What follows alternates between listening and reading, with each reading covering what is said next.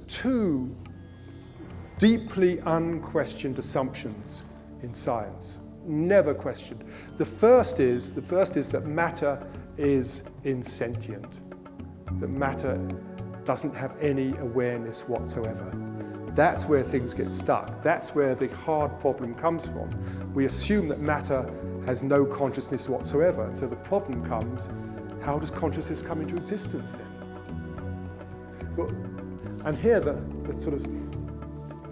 twist is, the matter that we assume is unconscious is the model of matter which we have in the mind. We don't know what the physical world itself is like.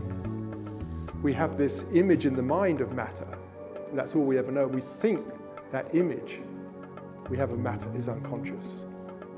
And that's where I think all the problems come from.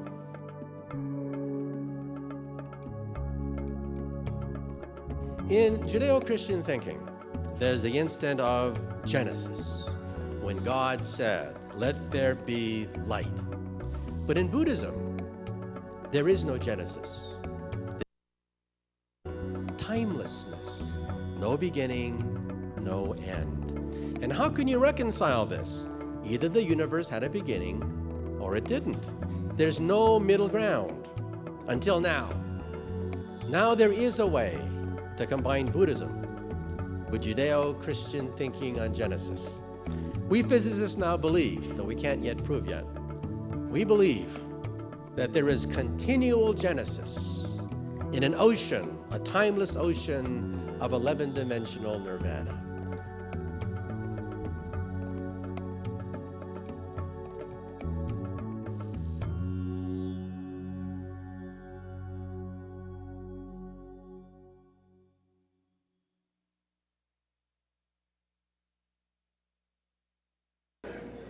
I'm Dr. Mitchell Gibson. I'm a psychiatrist by profession, but I'm going to retire from that in about a month so I can do teaching full time. And this is my passion, teaching people spirituality and the wonders of human potential. I see some faces from last year, and I see a lot of people that are new.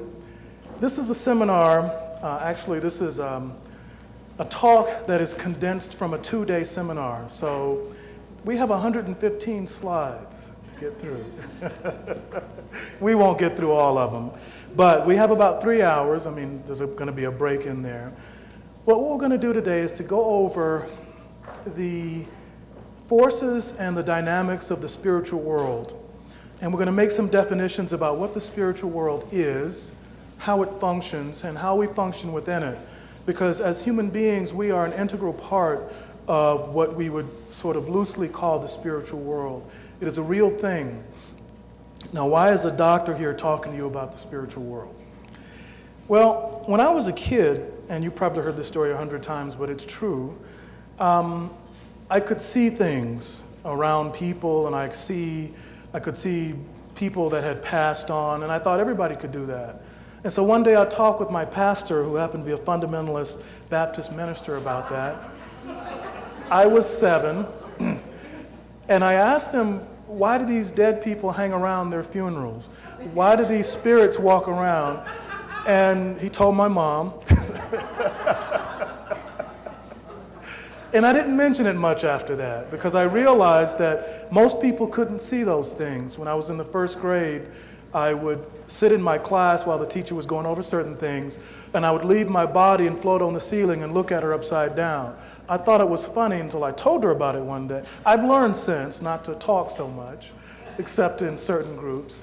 I learned that certain things about humanity, most people can't really accept. Most people accept reality the way that we're taught, but reality doesn't necessarily conform itself to rules that we are readily taught in school.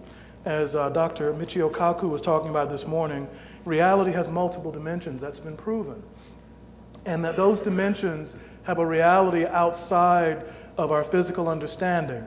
Well, today we're going to go into a fair amount of detail about what's known about that physical understanding of the spiritual world and how we can use it to help evolve ourselves. The spiritual world is somewhat different than what you might suspect. It's not just a world where ghosts or spirits walk around all day in white robes and kind of just chill and wait for their next life. It's a much more robust and, how shall I say, active place, dynamic place than the physical world. The physical world, in my own personal research and in my own reading and training, is a place that is derived from the spiritual world. So we're going to answer some basic questions at the beginning and set up the discussion or the presentation so that we have some clear definitions about what we're going to be talking about. First question is, what is the spiritual world? We're going to answer that shortly. How does it differ from the physical world? We're also going to answer that shortly. And an important question, which is not just for shamans or magicians or people who are in spirituality, how do you get there? What is the significance of talking about the spiritual world for everyday people? We're also going to start with a general theory, a theory you may or may not have heard in some detail in the past. Human beings in this theory, and it's a general theory of how we can meld the spiritual world and the physical world together. The theory is human beings descended from a primordial state of energy. Primordial means unformed or undescended into matter. The second condition of this theory is that the present condition of the human body is a transitional condition that is a complex of energy and matter. The human body is not the solid thing we think it is. Actually, one of the amazing things about particle physics is that we haven't discovered any solid particles yet, and that human beings, everything that we see is not solid. When we touch ourselves, when we touch a rock or sand or eat food, it feels solid, but that's a very convincing illusion. That's not real. Every atom we ever looked at can be split, and you keep splitting it, and it gets down to the point where it's just energy. And the human body is no exception to that. The human body, as a matter of fact, and we're going to go over some remarkable slides, can be made to return to a state of pure energy while a person is still alive. And there's been some research to show that, and there's been a lot of people, hundreds of thousands of people, that have done that consciously. This isn't just something that is a mathematical construct or mystical theoretical discussion. This is something that happens. This is something that happens on what you would almost call a regular basis. The vast majority of humanity in this general theory still exists in a state of energy, undescended into matter. And humans still exist in what we call, in the physical form, are only a small fraction of human beings. And that primordial humans are all around us. Now you might ask, well, I can't see them, I can't touch them. Well, you might ask the same question of bacteria. You can't see them, you can't touch them, but they outnumber humans billions to one. Primordial humans are the same. Their true home is the spiritual world, and that's the world we're going to be discussing. These primordial humans, humans that live in a different state than you and I, have a different energy density than we do. We might call them spirits. They also present themselves as luminous beings. I'm going to go over some discussion about what that is. They can take a variety of shapes and forms. Also, some of these primordial humans are a lot smarter than we are. They have greater intelligence and greater mastery over reality. Also, these primordial humans live in what physical humans call the spiritual world. So the interface between physical humans, us, and primordial humans, which are humans that are undescended into matter, is called the spiritual world. We're going to look at several clues as to why this theory was generated. And we're going to take clues from several areas. The first clue we're going to look at are clues from the ancient world. Now, a lot of people, when we were growing up, we thought that people a long time ago were very primitive. We thought that they didn't know anything compared to you and I. And actually, that's far from the truth. In many cases, primitive people, ancient people, are not primitive at all. They're a lot more intelligent, a lot more advanced than we are. Also, we have clues from the modern world.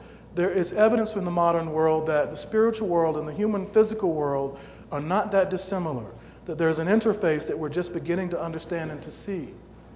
Also, we have clues from the world of science, which shows that the scientific model of reality in physics is showing that the world is not made of matter. The world is made of something entirely different than what we thought, which fits more into a mystical, sort of philosophical model of reality than what we had originally thought. Also, we can get clues from the world's great religions: spirituality, general spirituality, Christianity, Buddhism, Islam, and Judaism. All the major religions talk about an energy matter interface between physical humans and spiritual or primordial humans that we can only begin just now to understand. Also, there's some pictorial evidence from photographs that we can point to. And also, there are ancient and modern spiritual practices that we can use, physical humans can use, to transform ourselves into something far beyond the physical state. Let's start with the ancient world. In the ancient world, Tibetan Buddhists taught that by looking at this letter, which is the Tibetan letter for A, is pronounced A, allowed humans to regain contact with the primordial form from which we are all descended. They teach that there's a primordial energy form that all humans are in the physical body descend from, and that the body can be contacted through a special meditation with this letter. Also in the ancient world, there are legends. Some of these legends are actually not legends, but true stories that have been handed down as recitations or oral teachings that talk about a number of ancient spiritual masters who have dissolved their physical bodies into pure energy. Has anybody ever heard of that? Okay. And most of these exercises are techniques that have to be applied over a series of years, though a few of them are instantaneous. But there are a number of these exercises that can be taught and are being taught in present modern day times that allow a person to be transformed back into energy and to go back and forth. The overall result of these exercises is to change the physical body into something that is not physical, something that is energetic. Let's talk about some names of particular people who have done this. There's a man an ancient master by the name of Jampil Shinyan, who lived in Bodhgaya, India, who transformed his body completely into light. This was about the 1500s. And there's another great master by the name of Sri Singha, who transformed his body near the cremation grounds of Celia in central China. And there was another one, Vimala Mitra, who transformed his body in Kashmir. And Janasutra transformed his body near the Basin cremation grounds in northern India. Now, they would perform this while they're still alive. So these teachings about these masters have actually been handed down for hundreds and hundreds of years. And so you might say that sounds like something that is a myth or a legend only, but there's more to support that. In the modern world, people disappear every day, just in the thin air. It's estimated that each year in the US alone, over 10 million people just disappear. Now, you could obviously argue that over 95% of these might be accounted for by crime or people just wanting not to be found or abductions. But it's estimated in Newsweek magazine that over 800,000 of these people never come back. They're just not accounted for. And that not all of these disappearances can be explained so easily. So when you look at the numbers, let's say that even a fraction of this is true. Let's say that even 1,000 people disappear. There's something going on there that we can get some more clues about. In the year 1815, in a Prussian prison, there was a prisoner by the name of Durerci who was sentenced for assuming his employer's identity. He was sent to jail. And one afternoon, this prisoner was chained together with a number of other prisoners, and they were walking in the prison yard for exercise. And shackled together with other prisoners, this person just slowly began to fade into nothingness. This is a documented case, and disappeared in the middle of nowhere. His body became more and more transparent and disappeared altogether, so that only his manacles and leg irons were left. He was never seen again. And this was a documented case from The Anecdotal History of Missing Persons by J. Robert Nash. Not that this happens every day, but once in a while it does. Yes? What about his clothes? Did his clothes disappear too? Everything disappeared but his manacles and leg irons. This is another case from the modern world about a man named James Warson in England. And this man was a shoemaker. And he made a bet with some friends, just to summarize this slide, that he could run 16 miles without stopping. Well, his friends were following him in a horse cart and just watching him. And they saw him as he was running fall forward. And he never hit the ground. His body just disappeared. Clothes, everything. He completely vanished. They got the police involved in the investigation. He never showed up anywhere. And this is from a fascinating book by the name of Into Thin Air, which documents a number of these cases of people going into another world that we don't fully yet understand, by Paul Begg. There was a British diplomat who was a high-level official in the British government that disappeared into thin air in front of people in 1809. He had stopped for dinner and stepped in front of his coach to examine his horses, and he simply disappeared without a trace, just gone for no reason.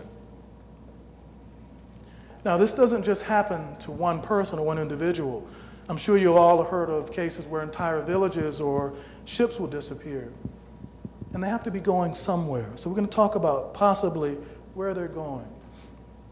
In November 1930, so this was a somewhat more recent case, in a village in northern Canada, a trapper by the name of Joe LaBelle went into a community of about 2,000 residents, and there was nobody there. There was still food that had been left. The dogs had been left, but the dogs had starved to death. And nobody ever found any of the people, no bodies, nothing. There was no traces in the snow or anything. It gets weirder. There's a story in 1915 during World War I where an entire battalion of soldiers was witnessed disappearing. And this was a famous case where 3 soldiers saw an entire battalion of English soldiers that marched and never came back out.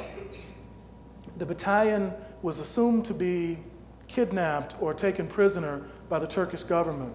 Britain demanded that they be released. Nobody ever saw them again. Now, it's possible that this was a UFO. It's possible that it's something a little bit weirder.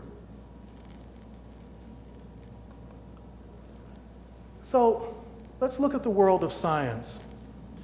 In the world of science, science has now pretty much proven that 96% of the universe can't be seen.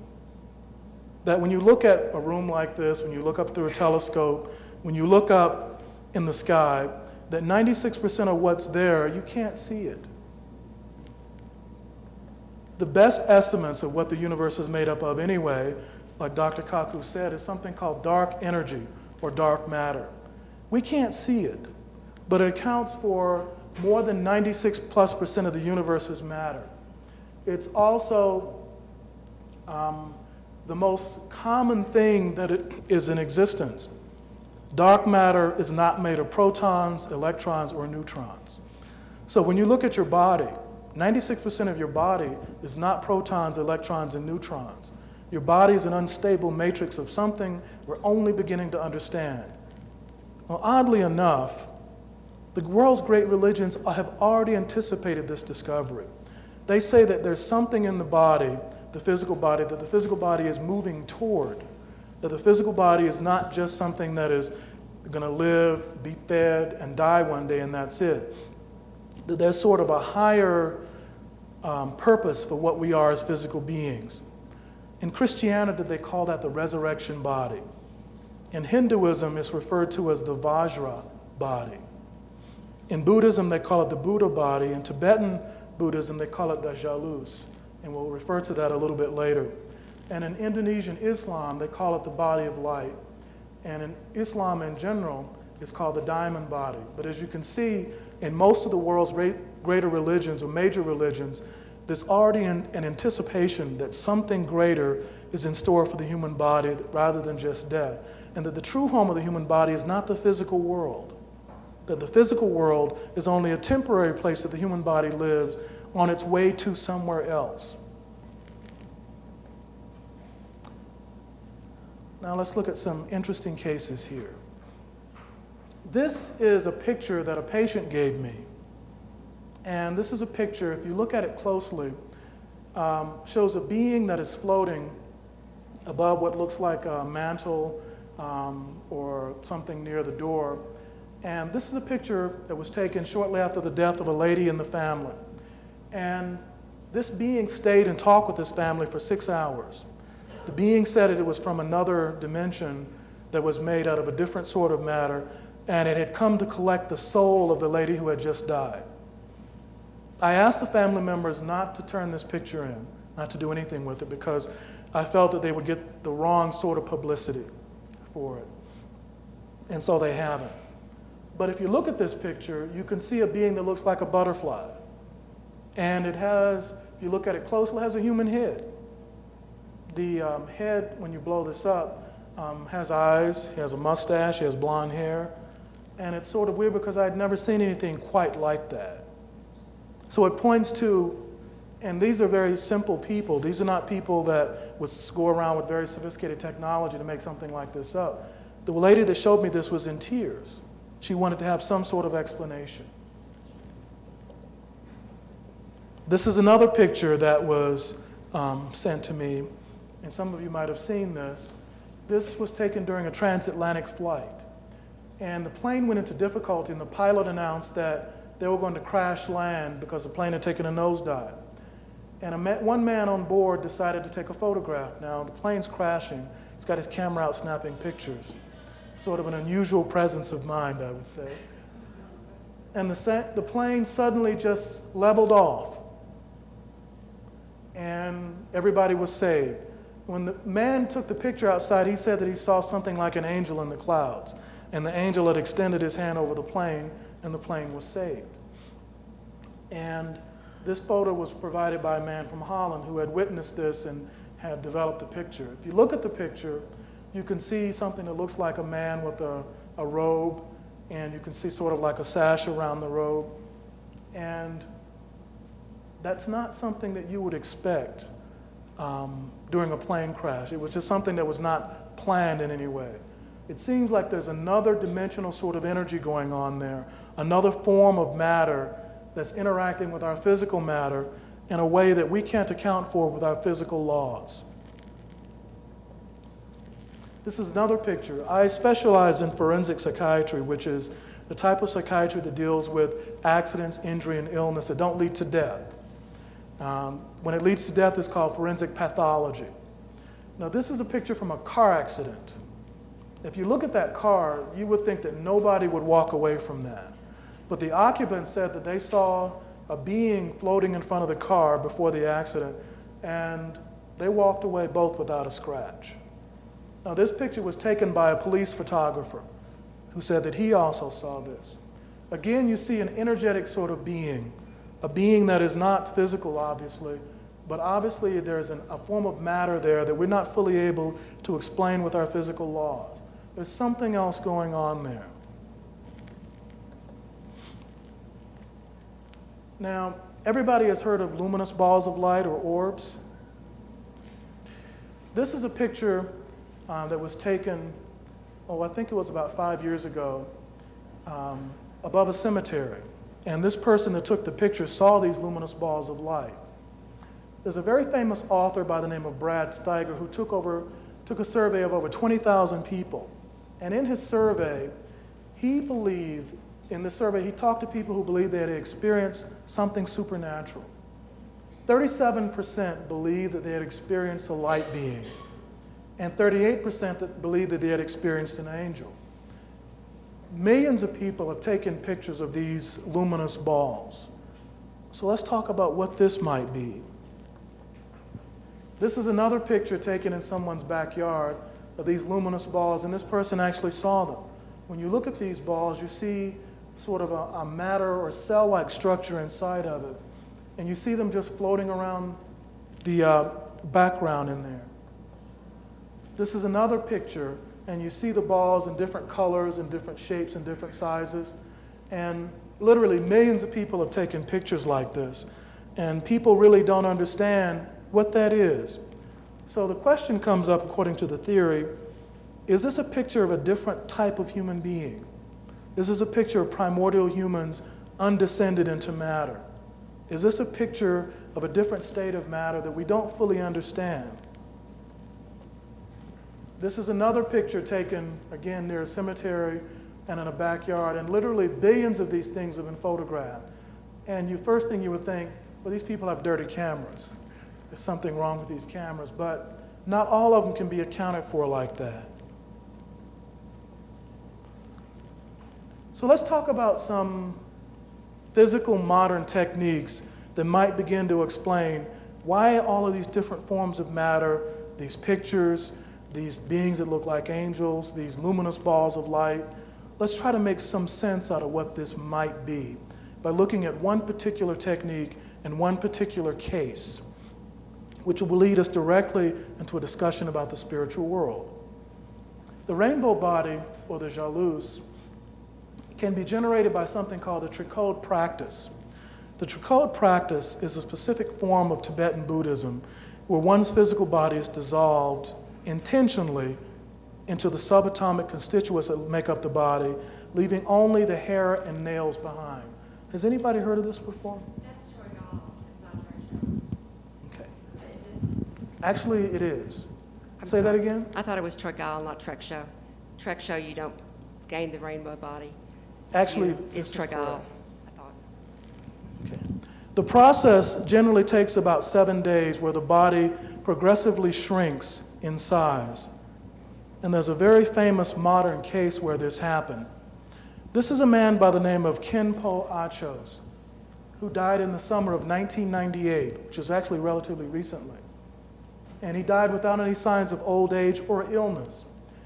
After extensive training in, never been sure how to pronounce that word. Does anybody know? Nyingma. And this word? Gelug, okay. These are schools of Tibetan Buddhism, and he was known for teaching the toughest bandits in that community these forms of Buddhism. He had lived almost a monastic form of life, and he retreated into a small village and began to practice mantras and visualizations. And people began to say that he would generate light and energy and perform miracles in his area. About a year before he died, a Rinpoche advised him to have a thangka painted of Ganden. Has anybody heard of the Ganden before? Ganden is one of the heavens in Tibetan Buddhism, where a person lives immediately around the time where they become a Buddha or a Maitreya, which is a form of world savior. So it's it's called the heaven of contentment. Khenpo began to change right before the time that he died. A week before he died, a rainbow appeared over his house. And this was documented by a Stanford professor who was also a priest, Brother Francis Tissot. And this was documented and written up in a number of journals. I think the most common one was the International Institute of Subtle Energy and also the Journal for Gnosis. Francis Tissot, Brother Tissot, said that he saw the wrinkles on this man's skin disappear and that his skin became like that of a very young boy. Another of his disciples said that his skin actually became luminous, but Brother Francis said that he actually saw the skin release light.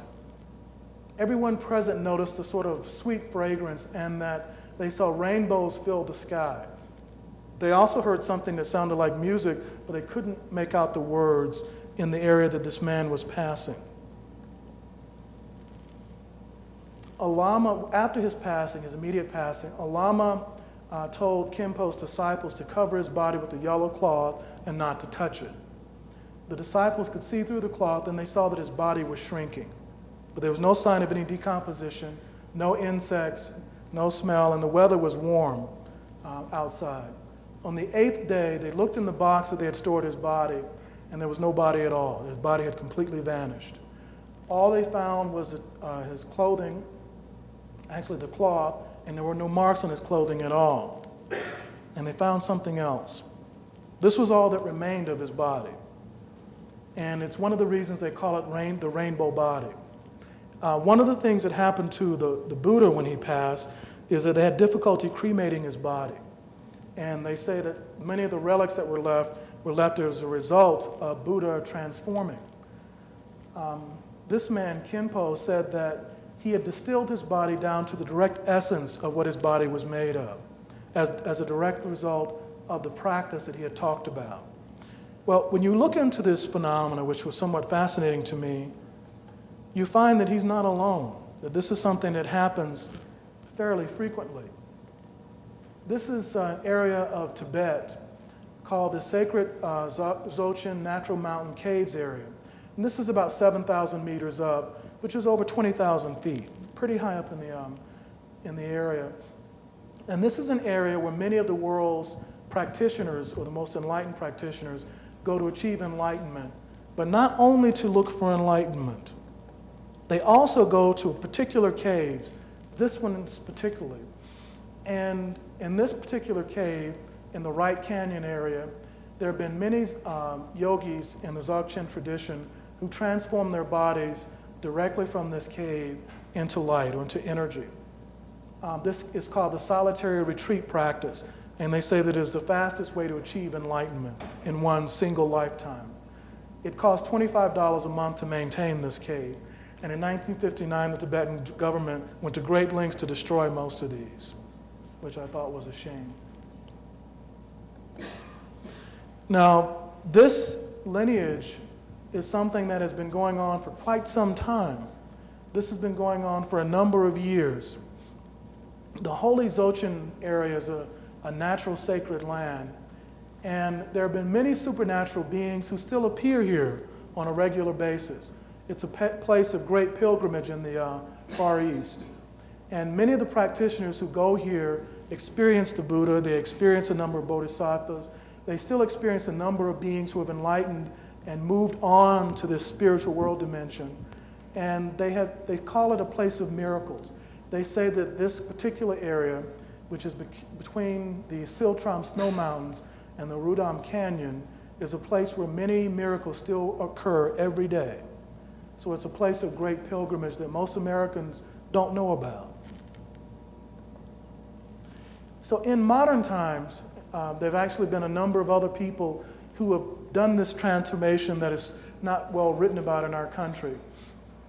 Another person went to the Holy Dzogchen area and met Vimalamatra, who was one of the masters who had died, or actually who had transformed himself into a body of light hundreds of years before.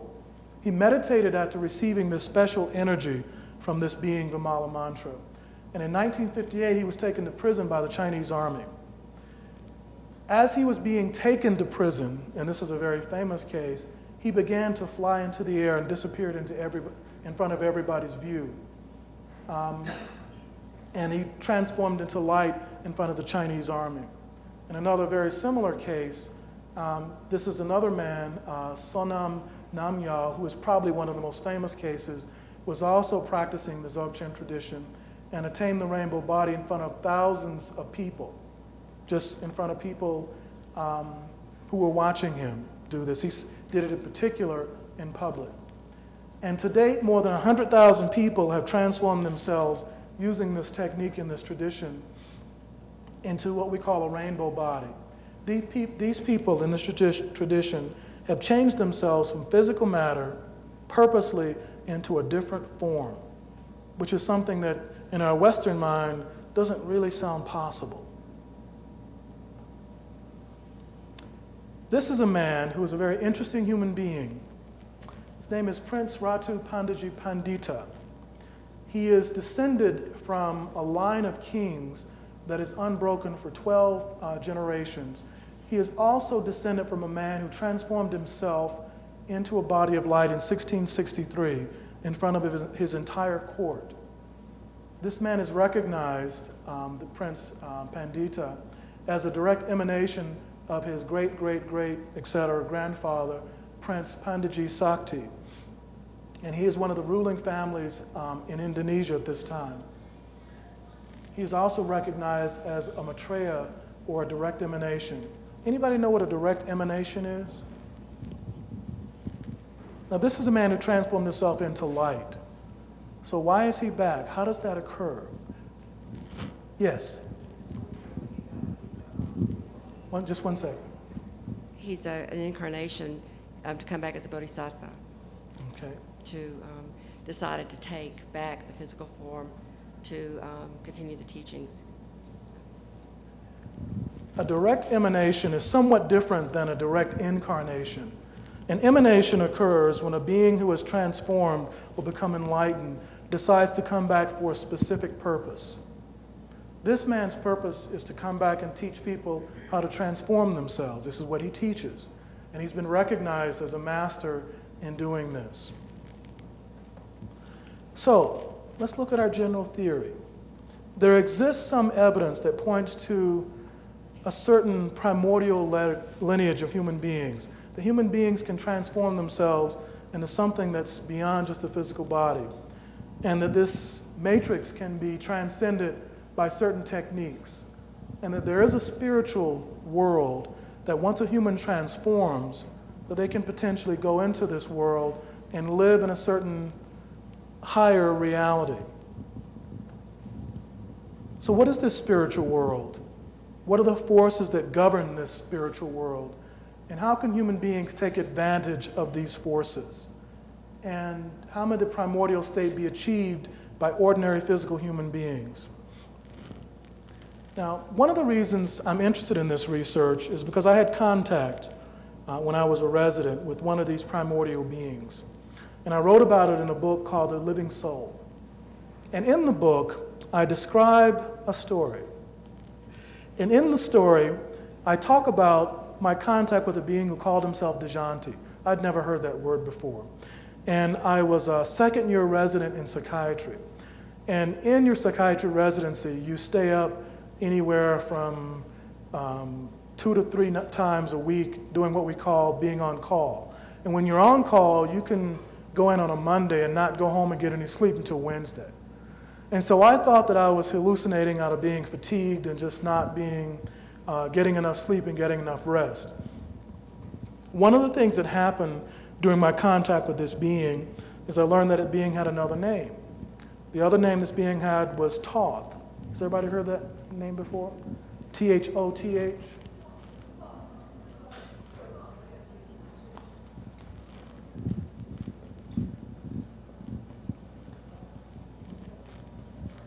Now, as a doctor, I had a lot of trouble with talking with beings from other dimensions. As a psychiatrist, I couldn't really discuss it with my colleagues.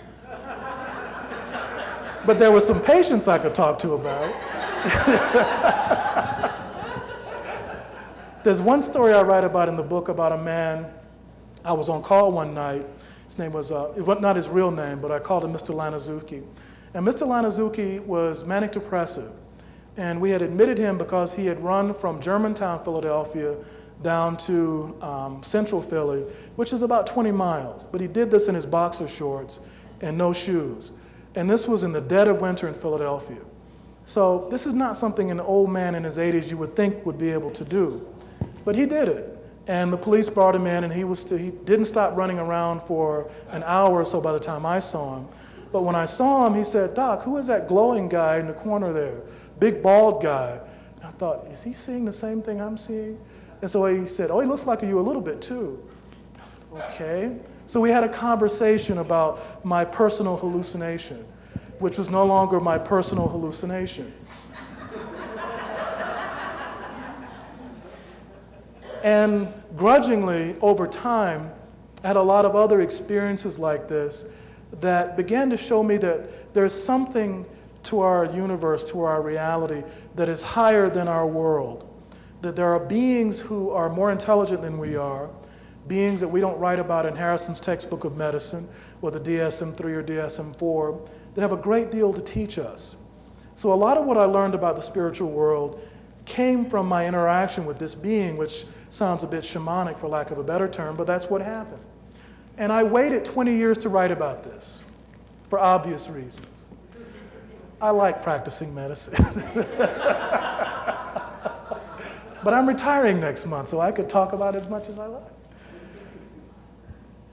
There are forces that govern the spiritual world. There are also ways that human beings can take advantage of these forces and begin to evolve. One of the things that sort of got my attention as I was learning from this being is that the human body is quite different than what we think it is. One of the things I learned in genetics, that if you took all the DNA in one person, and this is basic molecular genetics, and you turned all that information into book form, the books that that information would generate would fill up the Grand Canyon more than 75 times. That's a great deal of information for every one of us sitting here. Why is there so much information? The interesting thing about that is if you took all your DNA in one body and strung it end to end, it would go to the moon 500,000 times. Now, the really interesting thing about that is that we don't use most of our DNA. Most of our DNA just sits there. Actually, 97% of our DNA is totally unaccounted for by modern science. When you look at the human body, only about 2 to 3% of our DNA codes for every protein, every muscle, every enzyme, everything that we do. The rest of it has no known function at all, of any kind. They call it junk DNA. And there's actually two names for it.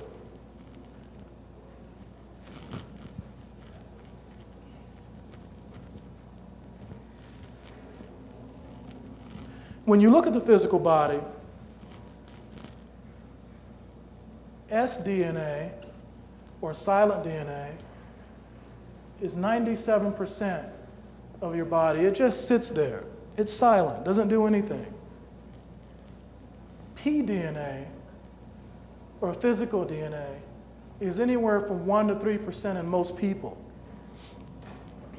which scientists find somewhat strange. Why would there be so much space? What is there about human DNA that we don't know that's generating all of this information?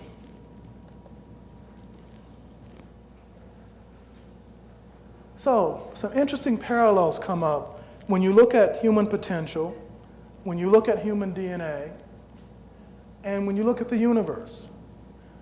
We don't use 96% of our DNA. We also don't see 96% of the universe. There might be a connection there, if you look at it. And it's somewhat embarrassing because scientists now have to admit that 96% of the universe is totally beyond our comprehension. It would appear that the universe is made up of some unseen mass that we can't see and that we can't understand. But something in our physical body is already pre-wired to interact with that. There's an astronomer at the Department of Astronomy at the University of Washington that said that we can't find 90% of the universe. It's just not available. And there's another scientist who says that dark matter is Mother Nature having a double laugh at us, that it's not something that we can fully understand, that most of what we see in the universe is hidden. But ancient philosophers, Hindu, Druids, Kabbalists, Buddhists, etc., have written for centuries that the missing mass of the universe, this missing part, is called the spiritual world. And we're going to go into a lot of detail about what this world is. Where is it? Let's start with that.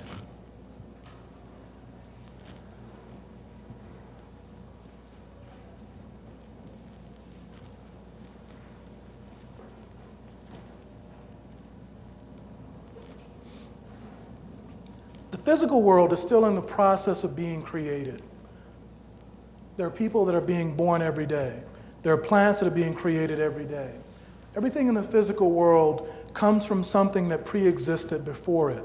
If you put a seed in the ground, you can get an oak tree from that seed, but the oak tree obviously doesn't fit inside the seed. The tree can be 50 feet tall. The seed can only be maybe a half inch or so. It's coming from somewhere. For lack of a better term, let's call that place source. Now this is an important slide. And we're going to break the dimensions down. We're just going to deal with the first 9 dimensions of reality. And this is a basic outline for the rest of our discussion on the spiritual world. The first dimension that we're going to deal with has to do with what we call the 9th dimension. And this is the dimension where what we would call God exists. Now, as humans, it's very difficult for us to understand the concept of God. The 9th dimension is the highest dimension that as humans we can begin to understand and put into words or a physical concept. Actually, not physical, but some sort of theosophical, let's call it theosophical construct. Then the dimensions emerge from this Godhead in a spiral fashion. Now, what's interesting about that is that DNA is also in a spiral fashion, an interlocking double helix, actually. And according to most cosmologists, the universe emerges from the inner world outward, and that we're kind of in the bad neighborhood part of the universe, in the 3rd dimension. We're way down here in the 3rd dimension. There are forces that interact or that act on the physical world that create the universe as we know it around us. These forces have names. And in spiritual research, which most of us probably haven't heard much about, these forces have been defined, they've been categorized, and there have been uses that have been applied for these particular forces that have been applied in meditation techniques. And in spiritual research, which most of us probably haven't heard much about, these forces have been defined, they've been categorized, and there have been uses that have been applied for these particular forces that have been applied in meditation techniques.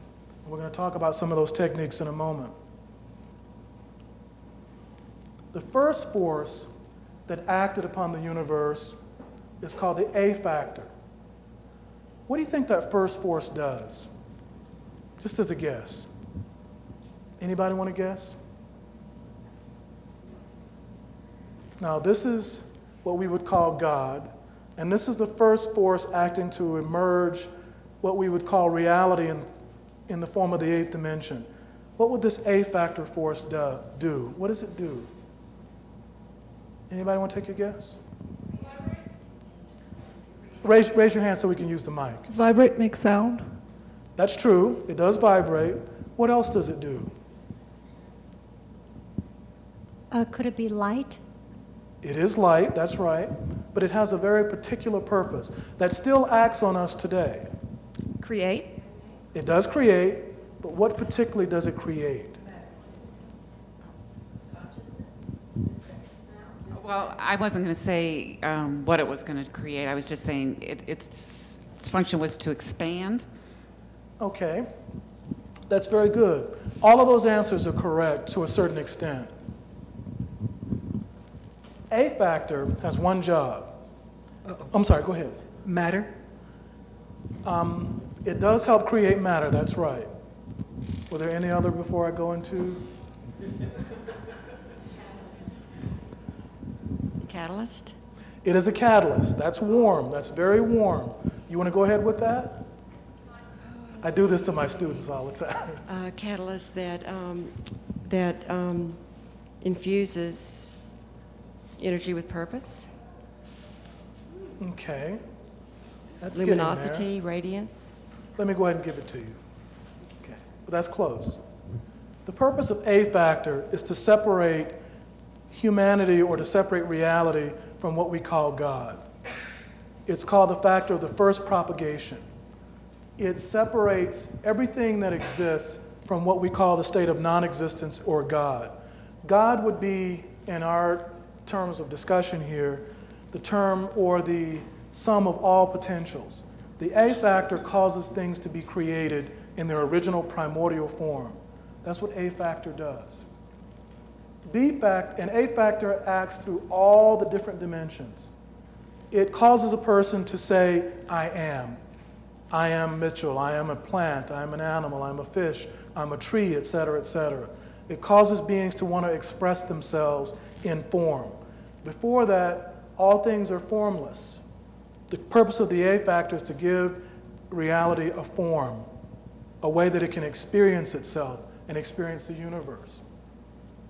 Now I'll give you B factor because that one's just too hard to guess. B factor acts on the fifth dimension for one particular purpose. B factor is a universal force that causes energy in the fifth dimension to be returned back to the ninth dimension or God. It's called, it's not the same as the A factor because the A factor has one goal. The A factor wants to push everything as far away from God as it can. But the B factor wants to turn things back to God. It's also called the immortality factor. It wants to make things immortal. The next factor is called the X factor. The X factor acts on the third dimension, which is where we live, to place things in the fifth dimension. Now, this is the source of a lot of the meditation practices that we just talked about that take advantage of this X force or X factor that exists inside of all of us. Every one of us have this. It's called, another word for it in our Western society, you might also call it the Christ force. Now, this force has one particular purpose. What do you think that purpose is if you call it the Christ force? Raise your hand. Enlightenment. Enlightenment, but something more than just enlightenment.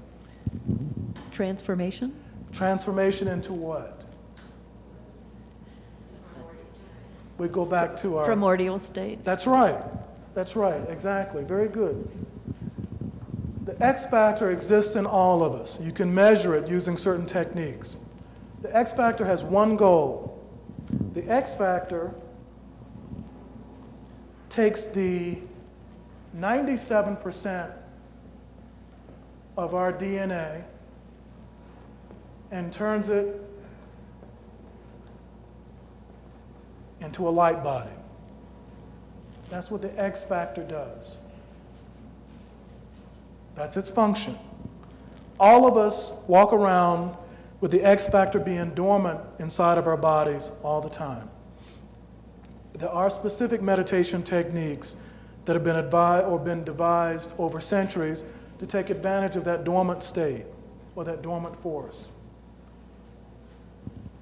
There's another factor called Z factor that has a different sort of force or different sort of action. Z factor is another term for death or chaos. The Z factor has one goal, and the Z factor's goal is to make sure that when you live a life, it makes sure that your body gets dissolved back into matter or back into the constituent parts of reality that created it. The Z factor also causes death and aging and illness.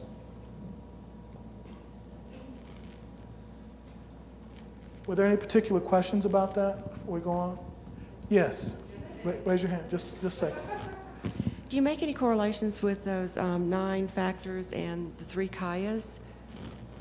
With the 3 kayas? Nirmanakaya, Sambhogakaya, and Dharmakaya. You want to explain that to the group?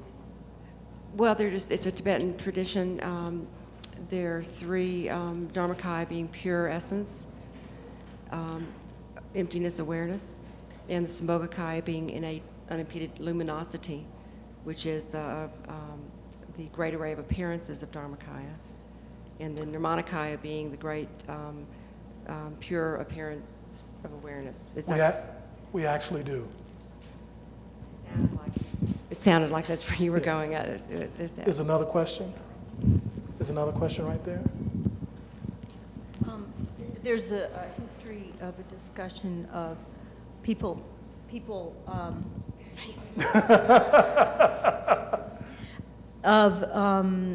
people in the Christian tradition, in early Christianity, talking about the body not corrupting, that certain saints have reached states where the body did not corrupt, and it was sort of a goal, and then they tied the fall to the fact that we had to corrupt, and before that we did not. And I was wondering if it was just the difference between the Z factor and You ask a very good question. X factor, The question is, why do certain people, and it's not just Christians, it's in many traditions, it's happened to Hindus, it's happened to people in Judaism, it's happened to actually thousands of people. You can go into the Vatican and you can see incorrupt bodies. In a number of places in India, you can see incorrupt bodies. It's also happened to people in this country, among Native Americans, and in many places in Europe. What do you think causes that incorrupt state? Of the factors we just talked about, the X factor, the B factor, which one do you think causes that? It's X factor. Now, X factor can be generated.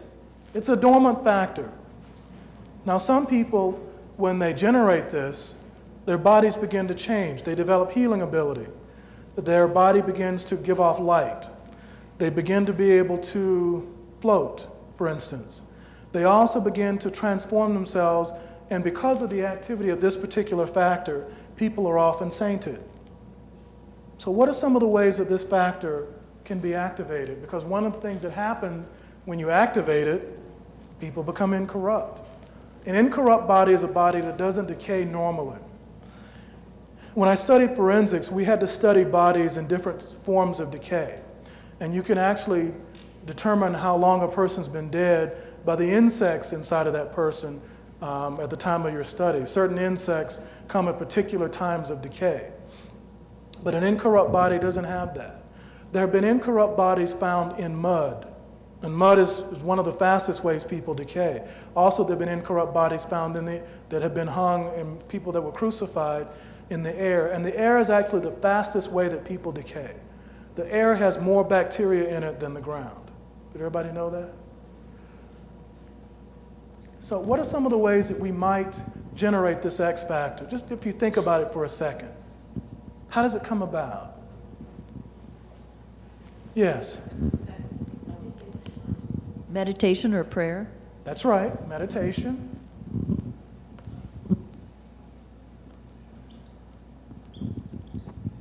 And prayer. Anything else? Yes? Through the breath, breathing techniques. Well, let's call that meditation. There's a question over here. Sacred sexuality or tantra. We can use tantra. But they don't like to talk about tantra in the West because that's sex. But it is a path to enlightenment by using this factor. There's also one very powerful method we haven't mentioned yet.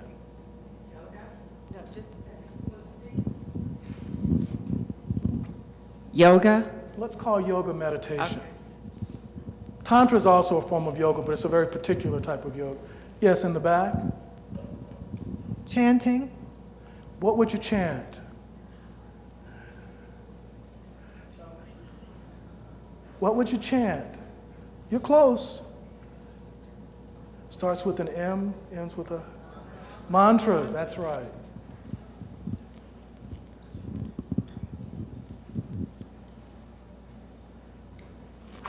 There's also another way to generate the X factor that we haven't talked about that you probably couldn't guess. Yes, maybe you could.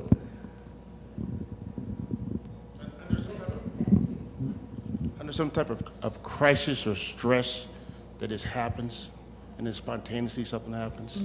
That's close, but not quite. Yes? As far as technique or method or mode of delivery? It's a mode of delivery. Well, Troy is the only way I know of as far as rainbow body, but that's a technique of meditation, so that would just fall into meditation probably. There's another way. What's the biggest source of energy in our solar system? The sun. That's your hint. That's not your answer. Light? By using light. Exactly. Let's call it solar yoga. It's not yoga, but let's call it solar yoga. There's a technique by which you can take in sunlight. using sunlight in combination with a very particular type of meditation to transform yourself and take advantage of the X factor. Now, just for a moment, let's talk about sunlight. Because it's not just light.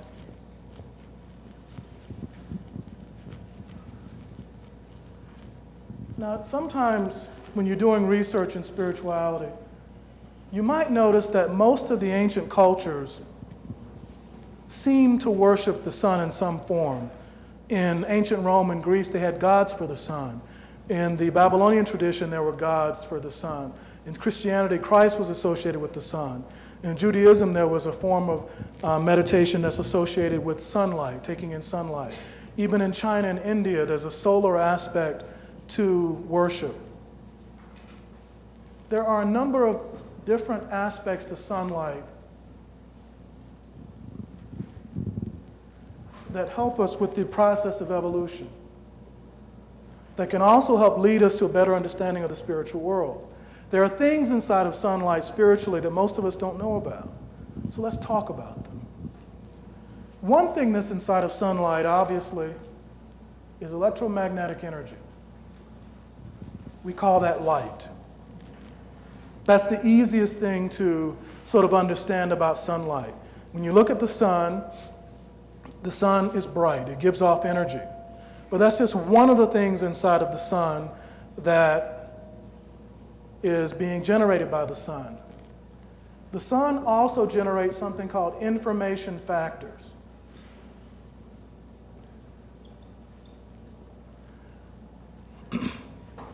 What's an information factor? An information factor is pure energy being generated by the sun that contains information about the creation of reality. It's not electromagnetic in nature. And we're going to talk about those factors in a little bit. But they're called information factors. Yes? We're trying to get all this on tape, so I apologize. I've never heard of information factors. Where did that come from? Okay. Sorry. That's from a science called cursology.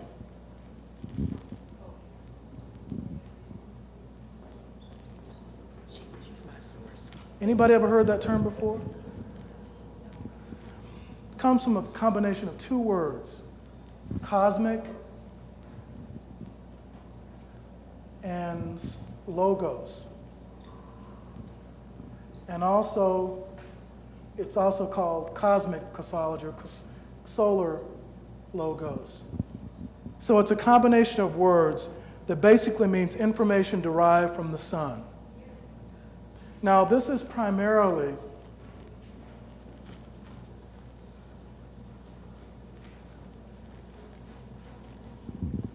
information that has been passed down to us from the Gnostics. Has everyone heard of the Gnostics before? The Gnostics, especially the Essene Gnostic tradition, was a solar tradition, which essentially taught that human beings are derived from primordial beings that emanate from the sun, and that part of what controls our reality is an understanding of the higher forces that emanate from the sun and how the mind and the soul interact with them. So let's get back to the list of things inside sunlight. Another thing that's inside sunlight is called the evolutionary factor. The evolutionary factor was only added to sunlight by certain beings about 250,000 years ago. One of the reasons this factor was added, according to the teachings, is that human beings began to become somewhat lazy and cumbersome in their understanding of the universe. The evolutionary factor was added to make us curious about the universe. Another thing that's inside of the sun that doesn't really fit into our normal understanding of what comes from the sun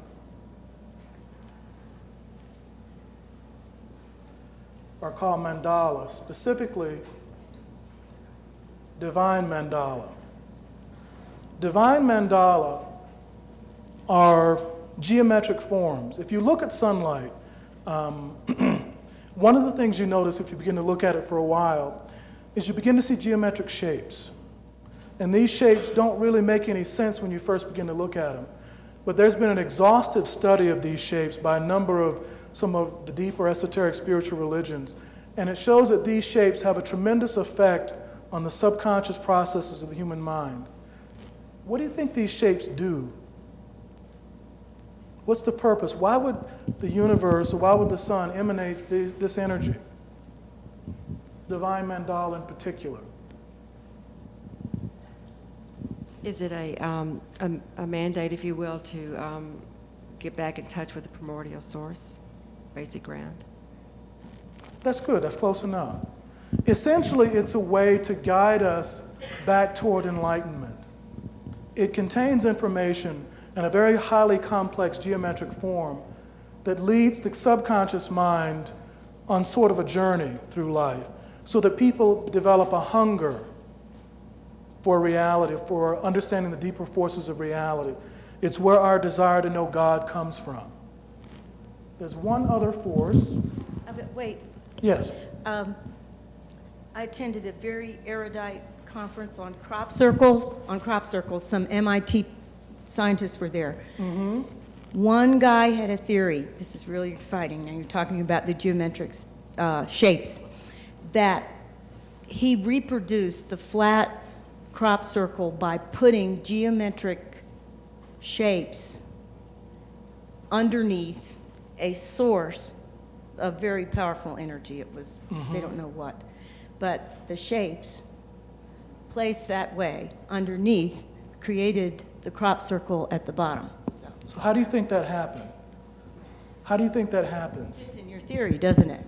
Well, it's not my theory, actually. This theory. Yes. Does it not? It fits in with the geometric shapes you're speaking of. But why does that happen? It sounds like the crop circles were a sign of some kind.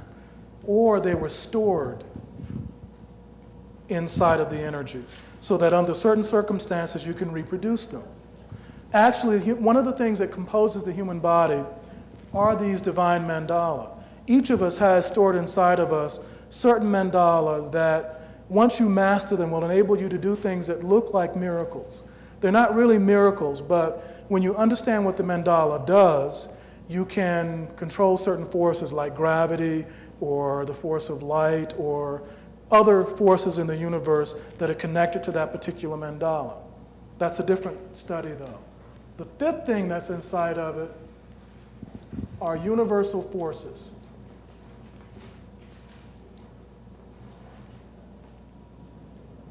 One of those universal forces is the X factor.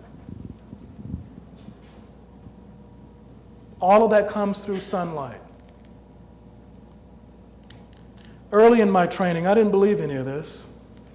I didn't, like some of you probably look at that and say, well, that's not possible. Well, I've learned to say that impossible just takes a little bit of time. Because as we grow in our understanding of the universe, we begin to see that what we thought was impossible 100 years ago is sort of accomplished in a daily manner now. So let's look at the spiritual world and the path and to what we call physical existence. The spiritual world starts from what we call the 99% world. Has everybody got this? Okay.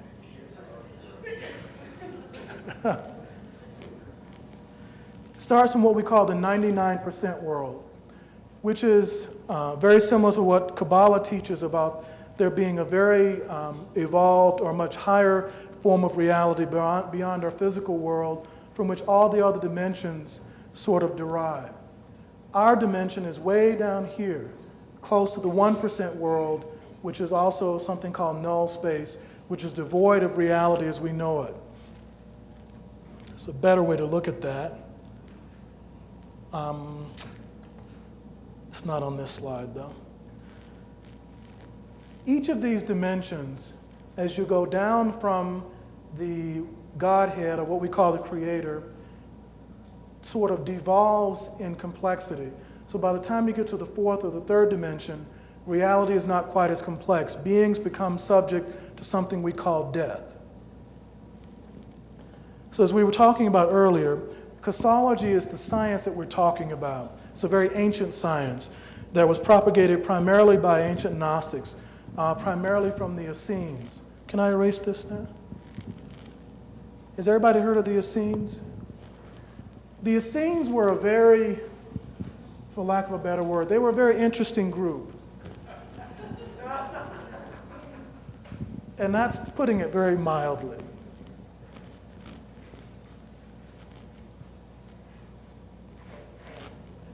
There are stories among the older ancient Essene cultures that they had a secret technique called the paradosis.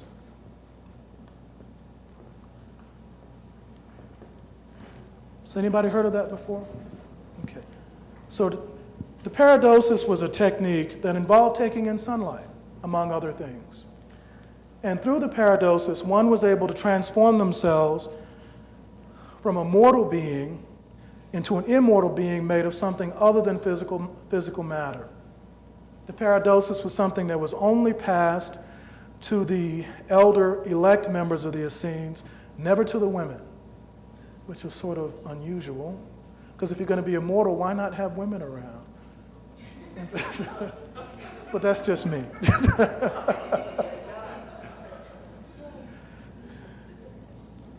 So let's go over what these universal forces are. The paradosis takes into account one of these particular forces. In particular, takes into account the B factor, which we'll go over in a few minutes. These universal forces we're going to talk about, and I'm leaving one out on purpose. The A factor we're going to go over, the B factor we'll go over, X, Y, and Z factors. I'm leaving out the H factor because that's a factor that has to do with causing someone intentional harm. You can take advantage of that and learn about that when you're being trained in sort of the dark arts, but I don't train people or talk to people about that in particular. So let's talk about the factors one at a time. How are we doing on time? 20 minutes? Okay. The first factor, and I'm going over this a lot faster than I normally do, because we're condensing 2 days down into 3 hours. The first factor that we're going to talk about is called the A factor. And the A factor causes the propagation of self-propagation by which God is separated from himself and he disseminates himself throughout the universe. It's the first force that is taught in this science that is created. It's the first universal force that we have identified or that has been identified by the ancients. It's the first cause of emergence. One of my teachers was a Kabbalist, a very old Kabbalist, and I wondered just how old this guy was. But he told me a story about how the first force came into being, and I kind of like the story because it condenses it into something I could understand easily. He said, what if you knew a man who was extremely wealthy, and this man came to your home every day and said, I want to take you out to dinner and buy you things. And that might be cool the first time or two. And the next day this man calls and said, I want to take you out to dinner and show you the town. After 3 or 4 times of doing that, most of us would start to get a little bit uncomfortable that this person was doing everything for us. And that ultimately we would want to do some things for ourselves. So we would say, well, okay, if we go out to dinner today, let me pick up the check. And the man says, no, I insist. You can never pick up the check. It's always going to be me paying for everything. Well, most people eventually not want to go out with that man anymore. Why?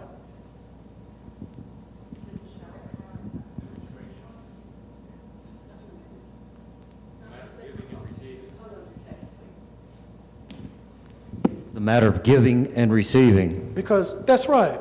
If in that relationship you feel like you have no power, you're constantly being given to, even though that's great for a little bit, but you have no power.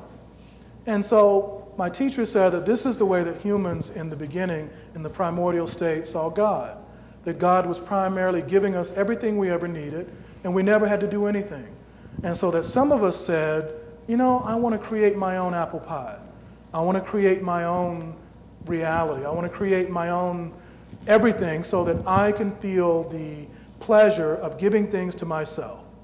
And so the first force was created by God as a way of pushing us into a universe where we could create things for ourselves. Now, some people like to say, well, I wasn't in that group. I didn't get consulted on that. But that's the way my teacher explained the propagation of the first force. It's a way to empower ourselves outside of the Godhead so that we could create reality and take advantage of it. We could work, we could get a wage, and give ourselves things that we needed. The next factor that came about is called the B factor. And the B factor is where the paradosis comes in. The A factor separates souls or spirits from God in the spiritual world. And it also caused death ultimately, because the ultimate separation from God is a form of death, in a way. The B factor was created as a counteractant or a counteragent to the A factor. And in the B factor, there is an urge to reunite with the source of all creation, with the Creator Himself. It is the force for spiritual evolution. In our higher levels of intelligence, B factor is extremely active. Now, in the ancient times, when the paradosis was taught, they would give the aspirant what they called the spiritual touch.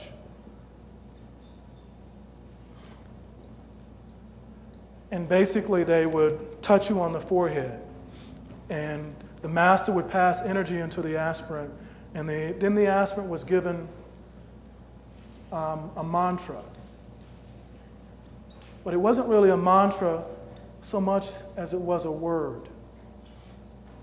Now, in the Essene accounts of Jesus' baptism, it was essentially a paradosis, or an event of the paradosis, given by John the Baptist to Jesus himself. It's how Jesus was given the energy of divinity, or higher divinity. And in the deeper mystery of that, Jesus was being initiated into a power that would later turn him into the Christ, the B factor, or the immortal factor, let's put it that way. It later immortalized him in a certain way.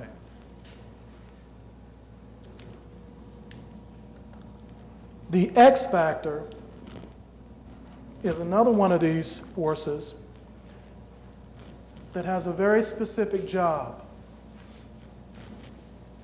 The X factor is a force that takes the human form and is generated through actually there's two places the X factor comes from. It can come through all the areas we talked about, those 5 areas. It comes from the sun. Also, the earth generates a certain amount of X factor. And to be honest, the human body.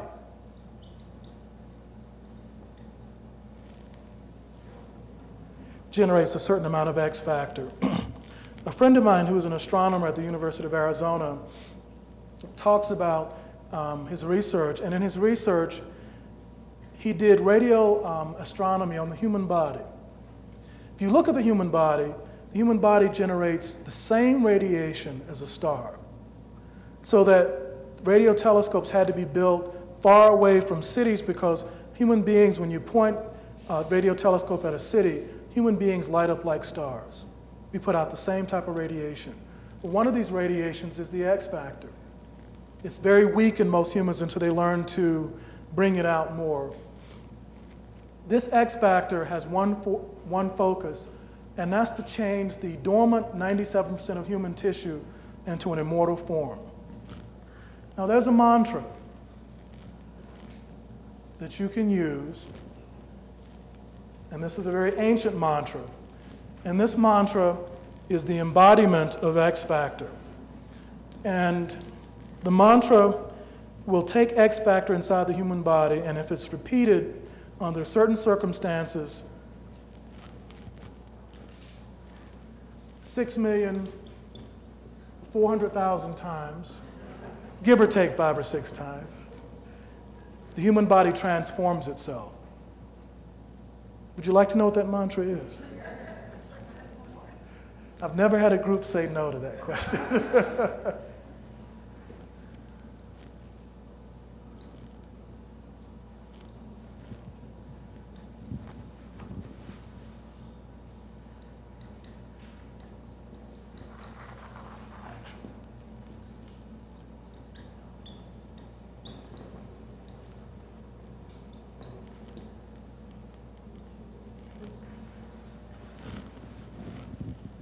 This is a J. Forgive my doctor's writing. It says Om Ahung Vajra Guru Pima Siddhi Hum. Now this is a very ancient mantra. It's in Sanskrit, a form of Sanskrit.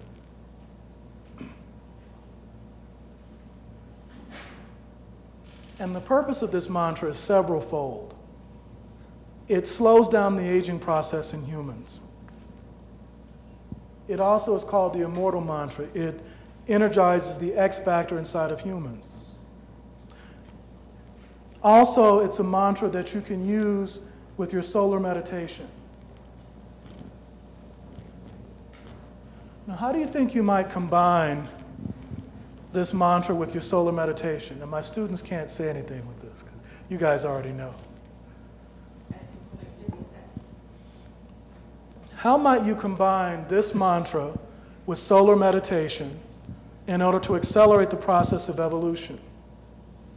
Sit in the sun and say it. That's close. That's very close. It does involve sitting in the sun. But what else?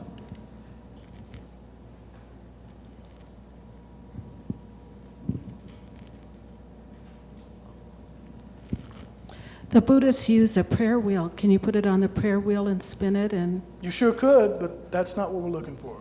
That's a good technique, though. When you're sitting in the sun, you're just allowing the sun rays to penetrate you. So, I mean, you're opening yourself up and allowing the sun to go through you. Let me give it to you. Has everybody got this? Yes. Om Ahung Vajra Guru. This is a U. I'm sorry. Pima Siddhi Hum. Guru. That's right. I'm sorry.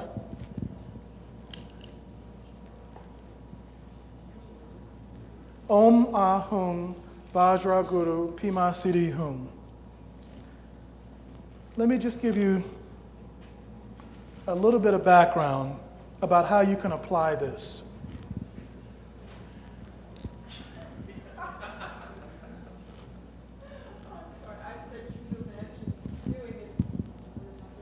I'm sorry? I'm sorry. I just said, can you imagine doing it 6.4 million times and have it be wrong? Well, that's exactly. Oops, got to start over. I left out a word, I think.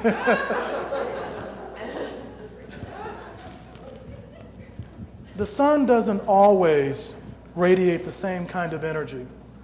First thing in the morning, from sunrise to approximately 1 hour afterwards, the sun is radiating primarily X factor.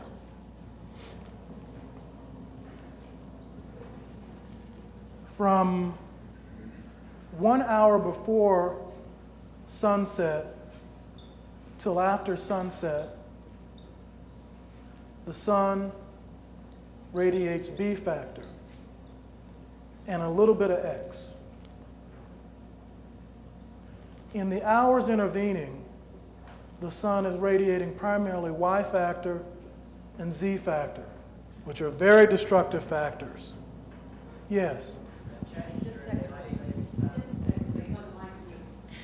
Does that change during daylight savings time? The time that the sun is going to come up is going to change depending on where you are. For instance, if you were in the Arctic, there are times of the year where the sun is almost always in sort of a low 1 hour away from sunrise or sunset position. Well, at those times, you're going to always be getting X and B. X and B. Now, why am I giving you this? Well, for instance, if you're meditating first thing in the morning around sunrise, and the sun is emanating X factor, and you're saying this particular prayer, you're setting up a resonance between yourself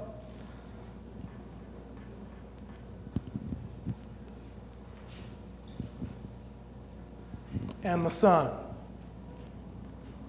And you're setting up a pathway so that your body, instead of receiving a subconscious amount of X factor, you're going to start to receive many times more than the average person of X factor, so that you begin to accelerate the process of your own evolution. And this is actually a specific type of meditation, where you get up first thing in the morning, you face the sun, and you don't just face it and sort of look at it with your eyes closed. There's a specific way to look at it.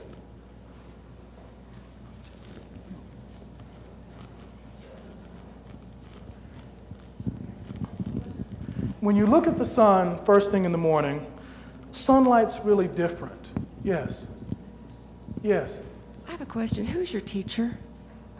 I've had several teachers. I mean, in the Dzogchen tradition, who's your teacher? It's not a Dzogchen teacher. This is a Toph Dzogchen. was my first teacher. Well, what Tibetan Lama do you study with? Wasn't a Tibetan Lama. But this is a Dzogchen Ati Yoga practice you're talking about. And it's very actually older than that. Oh. Much okay. older. There are serious prohibitions about giving this practice. Well, this You isn't do know a that. this isn't a Dzogchen practice. This is a Dzogchen practice. Well, but it's older than that. Okay. So this is well known outside the Dzogchen community. You've not practiced with a Dzogchen master, right? Not a Dzogchen master. Are you a that's right. Buddhist? I like Buddhism. Okay.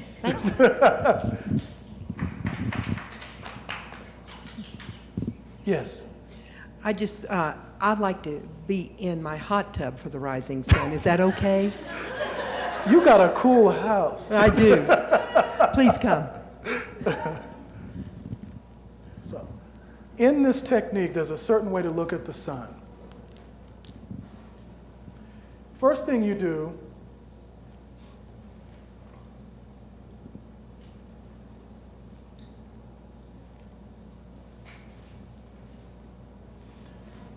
is you imagine that the sun is a disk, like a clock.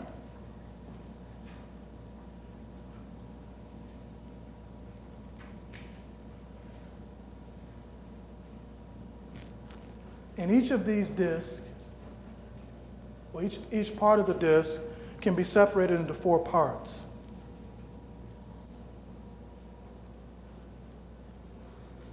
And so you begin saying your mantra, Oma Hum Vajra Guru Pima Siddhi Hum, at 12 o'clock. And you say it about this far, about 2 solar disk diameter away from the sun itself.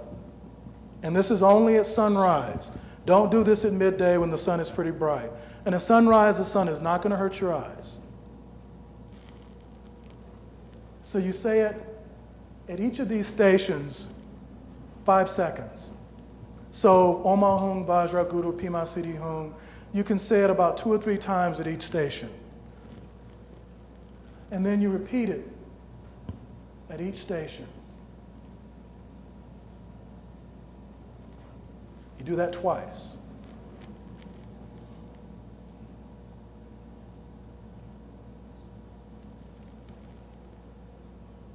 So the whole thing will take you maybe 1 to 2 minutes.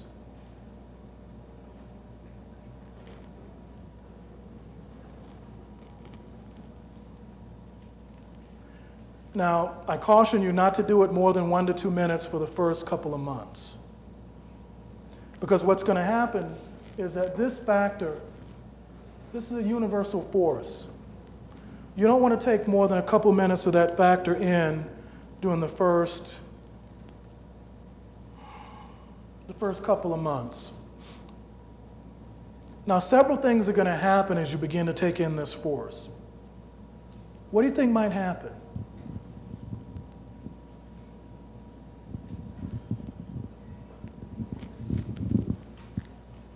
Probably sight and vision would become very expanded. That's true. What else do you think might happen?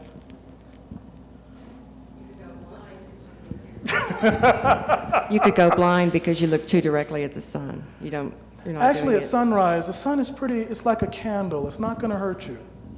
Now, I've been doing this exercise for 18 years, and I have 20/15 vision, so it's not going to hurt you.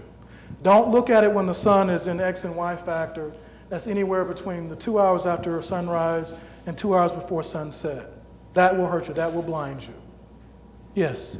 I would think that your intuitive and your healing abilities would be augmented. That's true.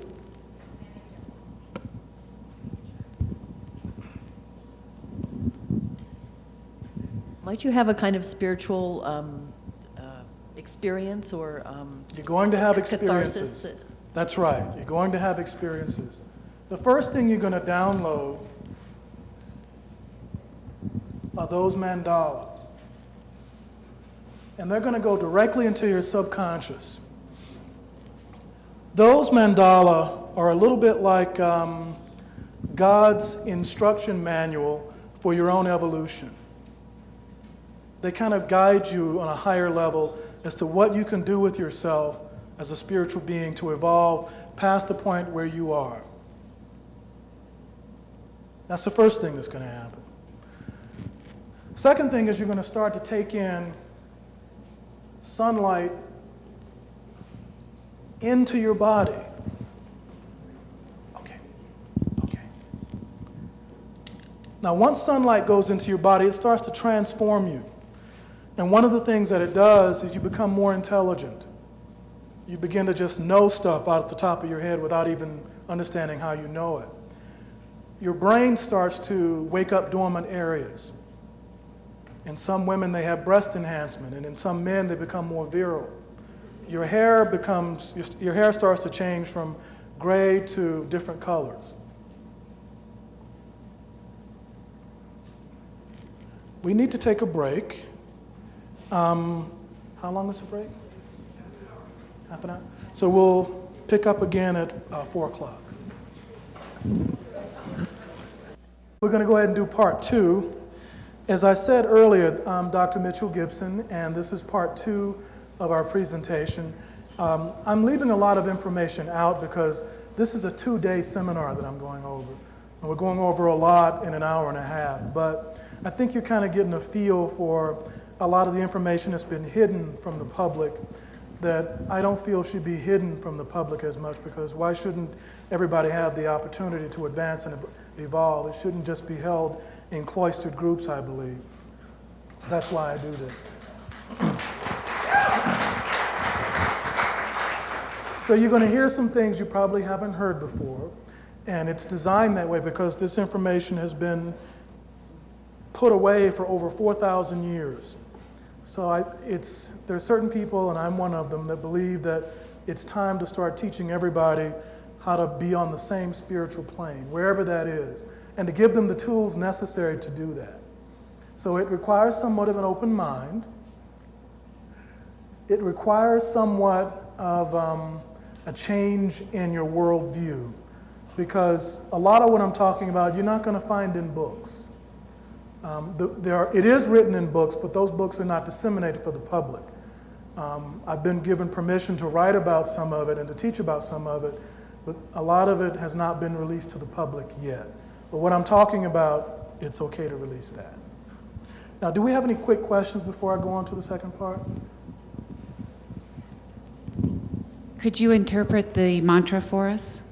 No. You can't? No. Okay. Not today. It would take too much time. Yes. But there is an interpretation for it. Okay. There are a couple questions here about exactly how to perform this thing going around the clock. So, That's a good question. As I understand it, we say the mantra once at each of the stations of the clock, but you said something about twice. Okay. Before I answer that, some people live in climates where you don't see the sun for weeks at a time. Or you may live in a place where, if you're in New York, for instance, you may live in a place where you can't see the sun because you're behind buildings, or you may live in the mountains and the sun may not come up until 2 hours after sunrise. So one thing that you can do is remember that all light comes from one source. And if you light a candle, the candle is going to radiate all the energy that comes out of the sun in a miniature fashion. So you can look at a candle at sunrise at the same time and do the same exercise and get the same effect. Now, I would not look at a candle for this same effect from the hours that I talked about that emanate Y and Z factors, because those factors are destructive. But you can use a candle first thing in the morning between sunrise and an hour after sunrise. Has the same effect. It also has the same effect at sunset. And actually, in some of the dark retreat exercises, you use a candle and you don't use sunrise, or you don't use the sun. Was there another question?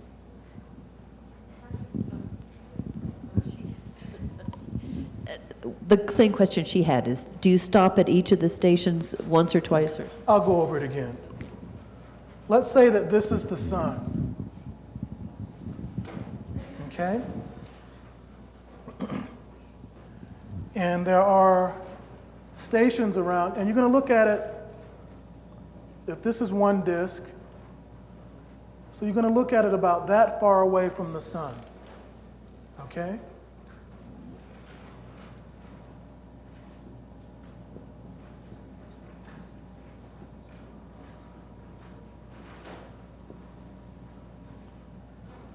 And at each point around the sun, you're going to be 2 solar diameters away from the disk of the sun.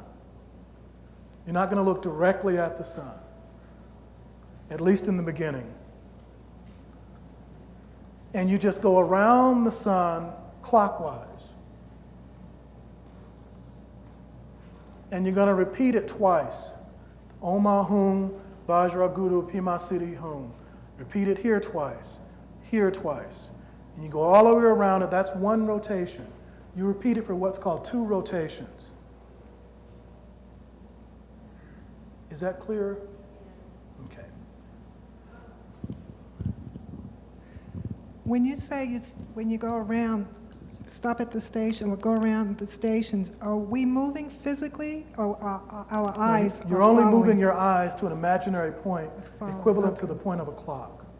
Thank you. Okay? Just your eyes. And you're looking at the sun with your eyes open. At sunrise, it's not going to hurt your eyes. Okay? We'll take one more and then we'll move on. And the disk, again, is just what you perceive the size of the sun to be when you That's look at right. it. Then you just move up 2 times whatever the sun circle is to you. That's right. That's right. Now, I've been doing this and other more advanced techniques, and believe me, this is a very basic techniques for almost 20 years. So I can look at midday sun in Arizona for an hour and it doesn't hurt my eyes. There are techniques that involve using certain crystals that are attuned to your specific birthplace, date, and time. And there are certain crystals that help you take in specific factors. For instance, an emerald,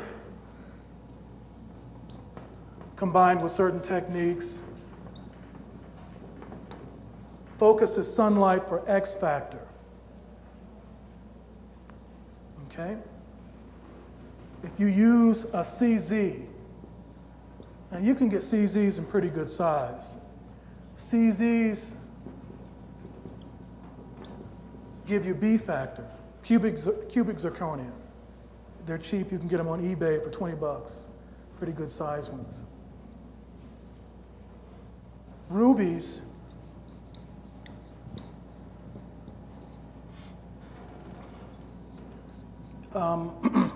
they sort of filter for the evolutionary factor and a little bit for B factor, but mostly for the evolutionary factor. That really speeds up the pace at which your subconscious mind processes spiritual mandala. I don't give those techniques out in classes like this, but there are ways you can use crystals to accelerate that process. There are other crystals that you can use, but we won't go over those today.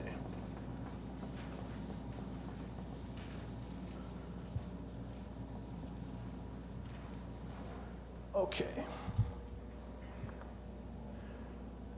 X factor is primarily then responsible for the creation of the light body. That's what it does. It's also when you generate your light body, it's something that is existent primarily in the fifth dimension. Now, everybody here already has a light body that's dormant, or a Vajra body that's dormant inside of you. And you also have an analogous form that's dormant inside of the sun. And if you never do these practices, that part of you just remains in the sun. It just remains there. And nothing ever really happens with it. But if you do choose to do these exercises and bring it about, that part of you will begin to grow and communicate with you. But all of us have one of those. Now, the Y factor is another force that we don't work with in groups like this. And it's generated from the fifth dimension, and it creates a desire for what we call self-expression. It's also a force that generates what we call chaos. So it's also called one of the chaos factors.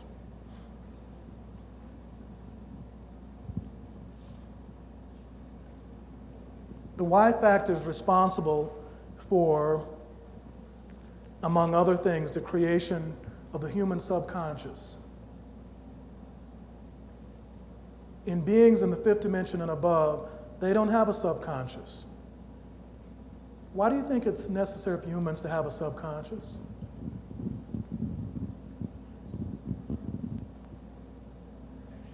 Why did God specifically help us create that? Yes. Oh, connection, I think, to other dimensions, possibly.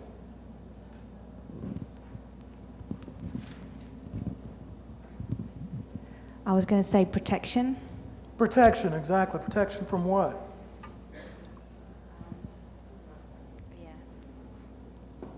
Protection from the things that we're defending ourselves against. Protection from things we need protection against. Yeah. That works almost. Sorry. I don't feel very articulate with that answer. Anyone else? I'll give you a hint. It has to do with those mandala we talked about. Yes. Okay, you were going to start talking and threw me off. I was just going to say protection in the disharmony when we went to self-express. Okay. There's a man in the back. It gives us a place to like store the imprints and information that can't be processed in the immediate moment. That's right. We are being, and that's exactly right. We are being constantly bombarded with billions of bits of data from the sun. In this dimension, we cannot process that. The human conscious mind is only able to process a few bits of data per second. The average person speaks at about 250 to 300 words per minute. Well, if somebody were to speak to you at 1,500 words per minute, you wouldn't understand it. But the sun puts out information that goes much faster than that. That information goes directly into your subconscious and works its way from your deep unconscious to your subconscious to your preconscious over time. In that way, your mind isn't overwhelmed by the information that's made available to it. That only happens in the lower dimension, because in the higher dimensions, beings are able to take information directly from the universe and process it very quickly without being overwhelmed. The average human cannot do that. It would just be too much for us. For instance, if you've ever done drugs or alcohol, and I won't even ask that question, but if you've ever done drugs or alcohol, assuming that you've ever done that, and you inhaled,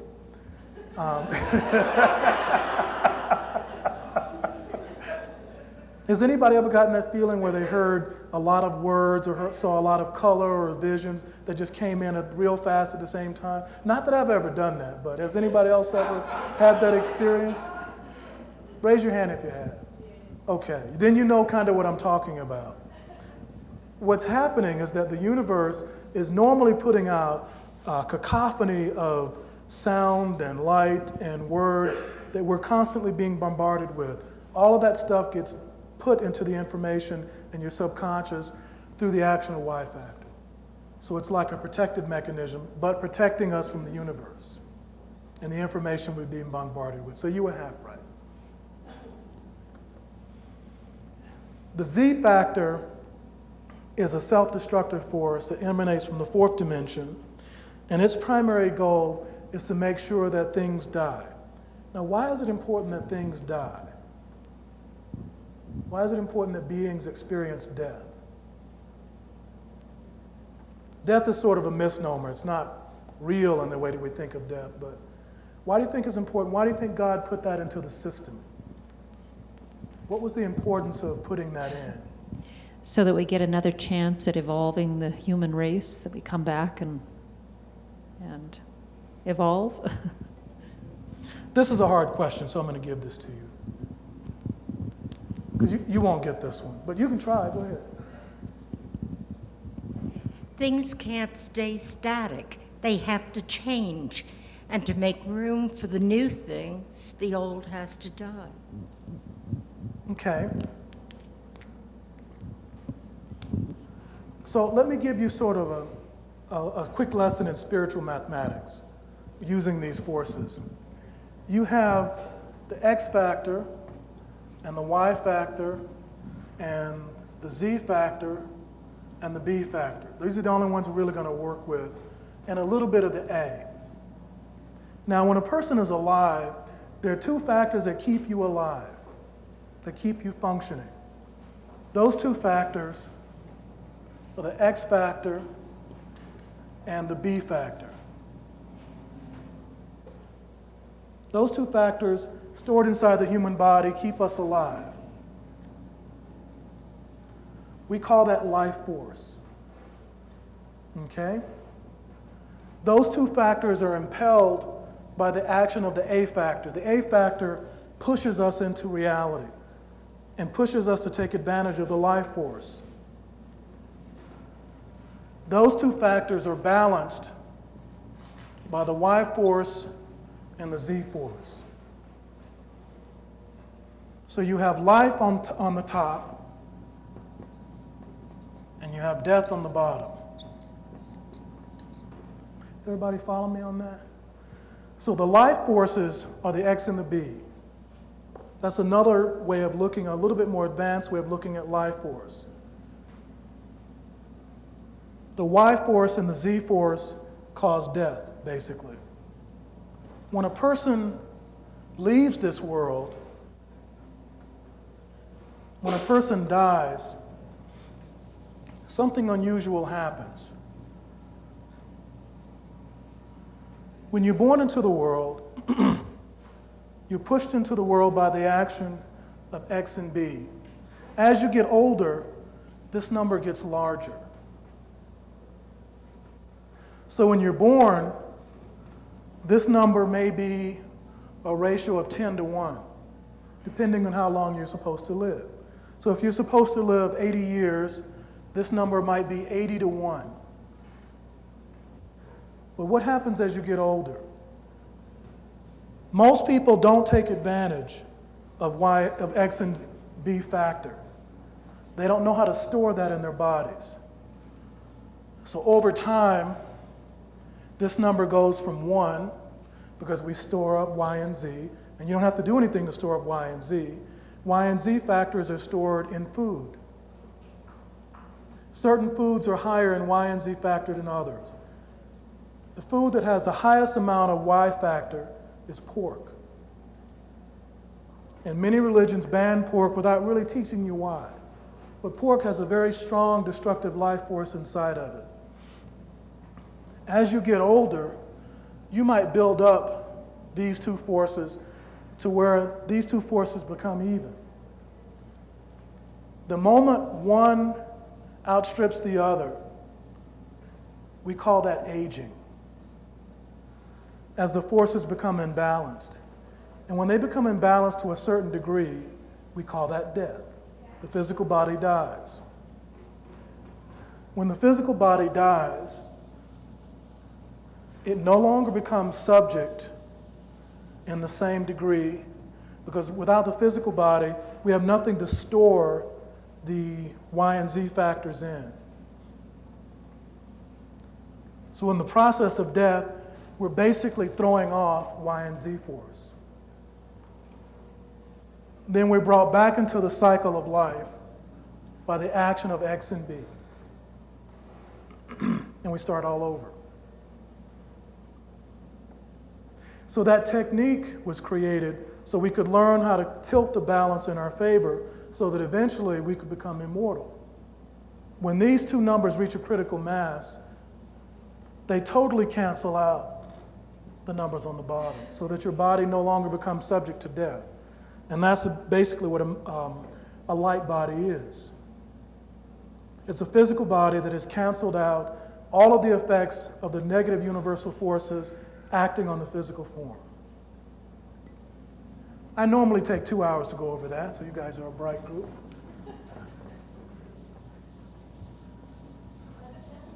What's that? Just one question about the age factor. The age factor? The aging Yes. factor. So We don't talk about the age factor. So you said we come in with almost the numbers plugged into the formula That's already? Right. We come in with a certain amount that's stored inside the soul. Does that vary from individual to It individual? varies from individual to individual, depending on certain forces acting on you and certain choices. Could you just throw out just a few more of the X, Y factors, or they're like pork, what else is there that... Are there other things? The things that store Y and Z factors are called detritus. Detritus is another word for spiritual debris or negative energy. The thing that has the highest amount of detritus is pork, far and away.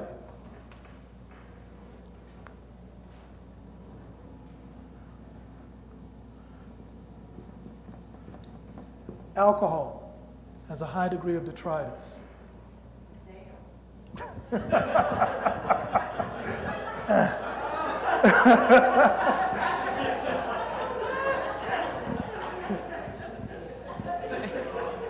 Okay. Nicotine has a high degree of detritus.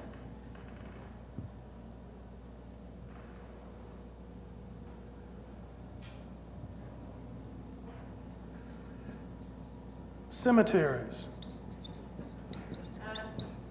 have a high amount of detritus, just the energy in cemeteries, because of the dominance of Z force there.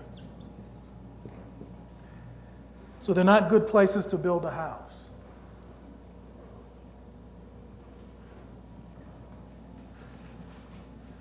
Certain sounds have a high amount of detritus.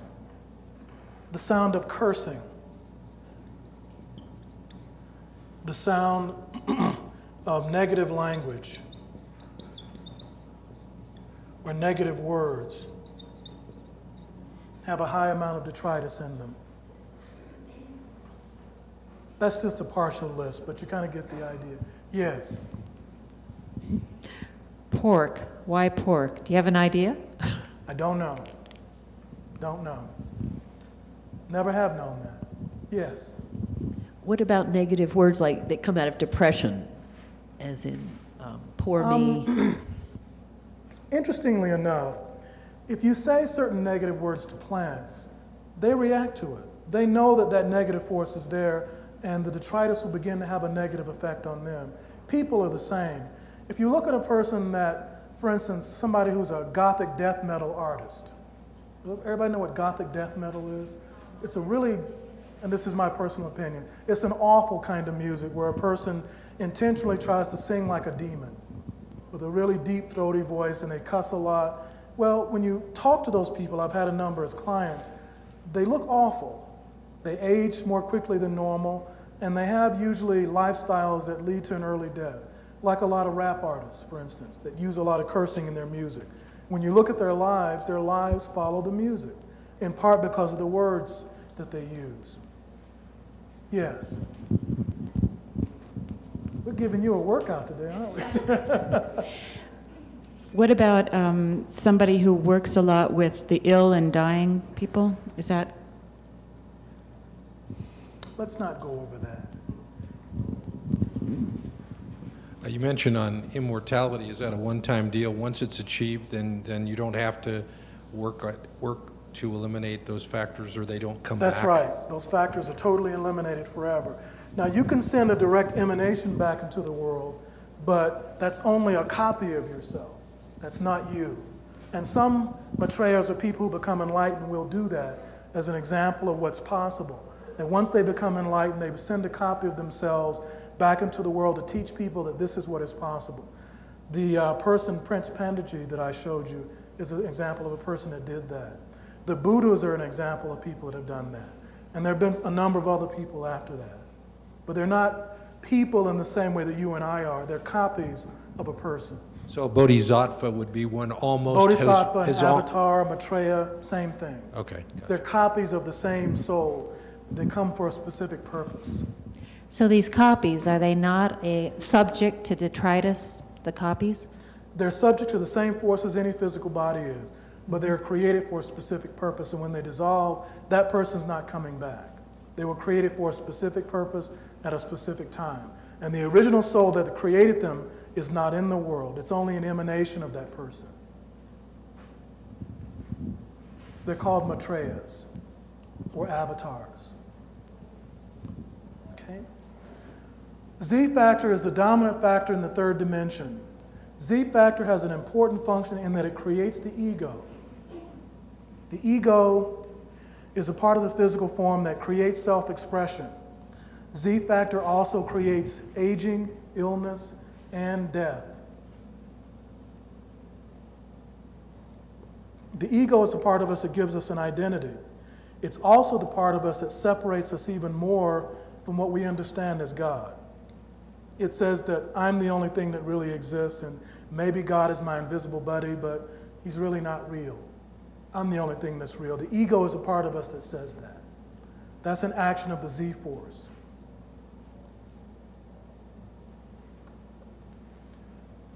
Okay. Let's skip this for now. So let's look at what some of these beings in other dimensions look like. And this is taken from a Kosology textbook, which I can't give you the textbook, but I can give you some of the pictures. Now, the first being is what we call a theomorphic being. Theomorphic beings categorize beings that live in the fifth dimension and beyond. Theomorphic beings have no sex. They're not male, they're not female. They're also self-generating. Remember this formula that I just gave you? I'm sorry, x plus b over y and z. Remember that formula?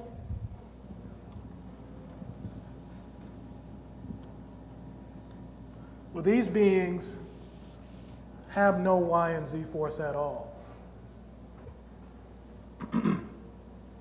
Y factor and Z factor create separation of the sexes. When a person has only X and B factor operating, they become what we call self-generating. What do you think that means?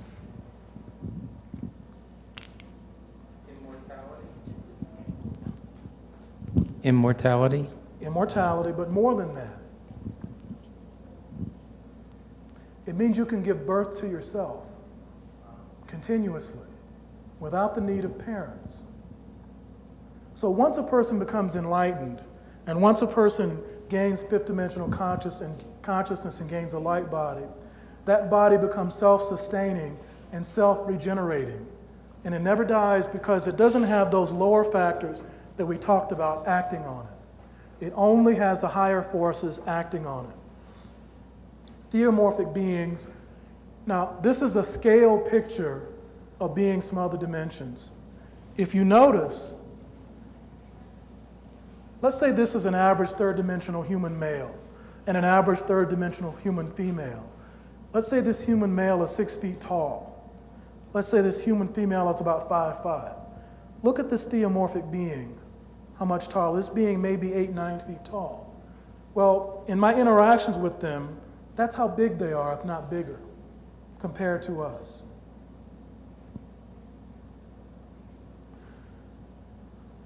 Also, there's something different about them that we don't have. If you look at this being and this being and this being, other than size, what do you notice?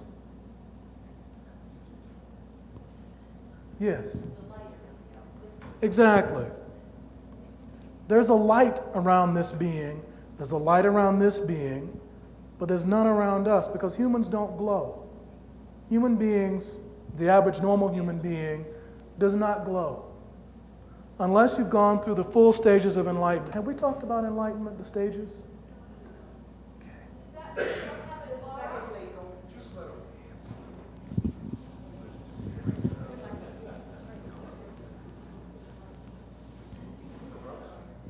I'm sorry.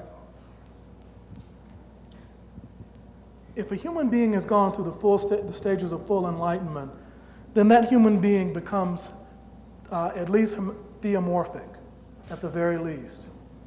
So let's talk about what those stages are. There are two parts of enlightenment. The first part is called inner enlightenment. The human soul is a roughly gem-shaped object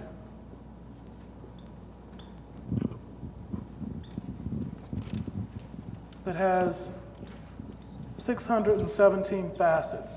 It looks like a diamond, and it has different colors depending on the age and the evolution of the soul. So it might look something like this. Okay, but at the moment of inner enlightenment, the soul becomes spherical and looks like a pearl. The soul also becomes immortalized so that the person is no longer subject to the force of reincarnation. They change the soul enough so that the Y and Z forces no longer act on them in a certain way. So the soul can't be drawn back into what we call samsara. Samsara is a Hindu word or Sanskrit word that refers to reincarnation. Samsara is that cycle that the Y and Z force create so that a person dies and comes back, dies and comes back. If a person goes through inner enlightenment, they don't have to come back. Now, inner enlightenment is only the beginning of the process. If a person continues certain practices, they go through what we call outer enlightenment. And outer enlightenment has 4 stages. The first stage is called, well, these aren't necessarily sequential.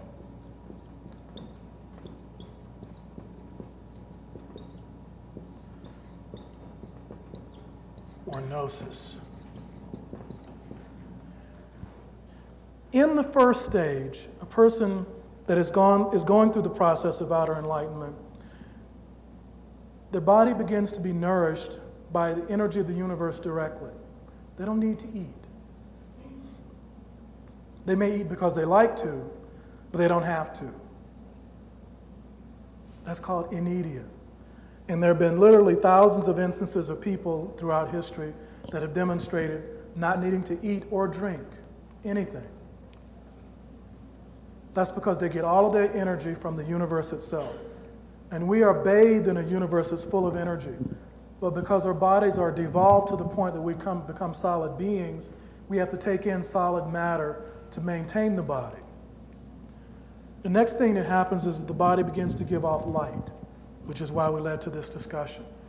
The body gives off light because the soul begins to take in energy from the universe and begins to heal itself. It begins the process of starting self-regeneration so that it no longer needs parents to be born into the world. A normal soul needs the action of a mother and father to be born into the world.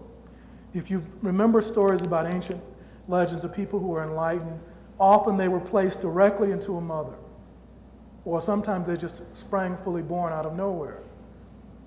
That's because of the action of X and B factor.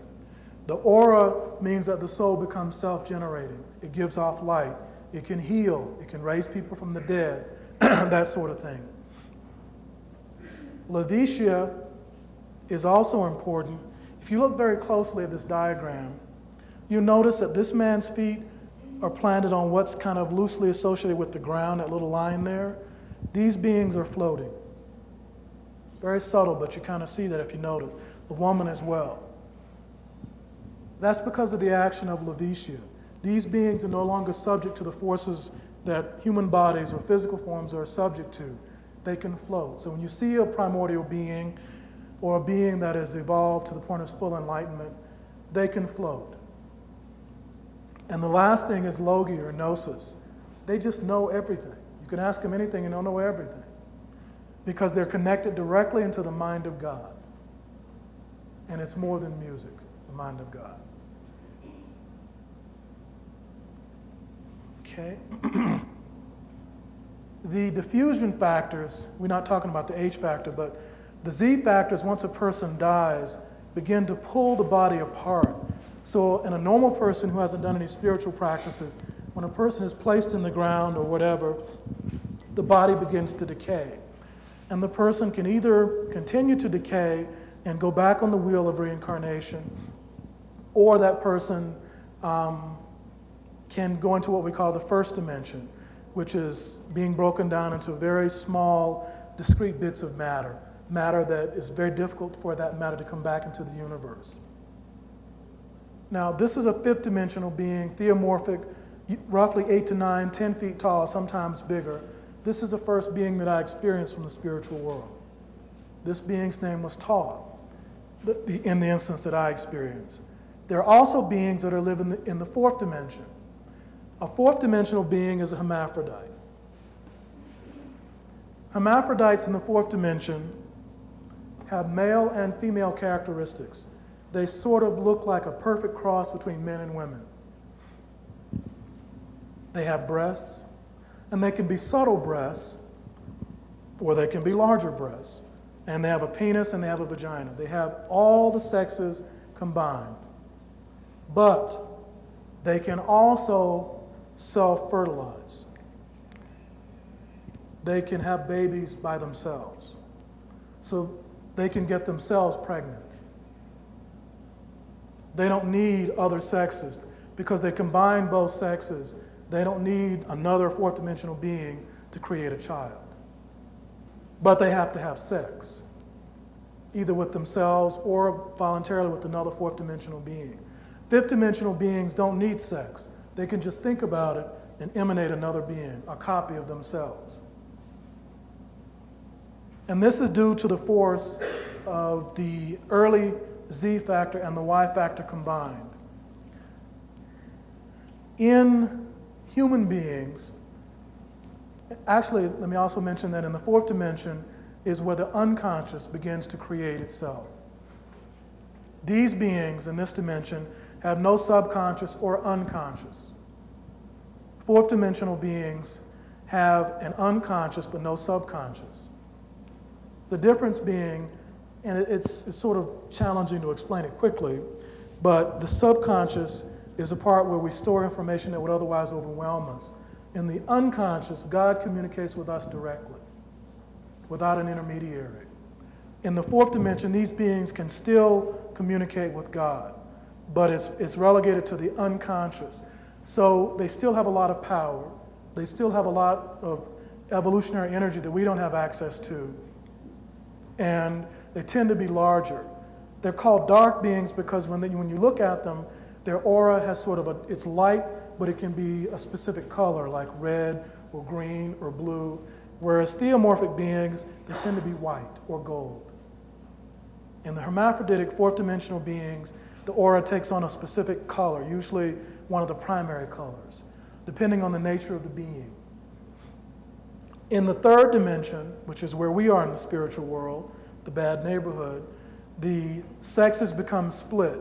so that they're no longer hermaphroditic or theomorphic, and in order to have children, we have to have sex. And in this dimension, men look different than women, and they also have different physical characteristics. In the second dimension, people take on somewhat of a transparent appearance. They have, we call them ghosts or spirits. They don't have a physical body anymore. They still have a form that you can relate to and that you can see. And we'll talk more in detail about the second dimension in a little bit.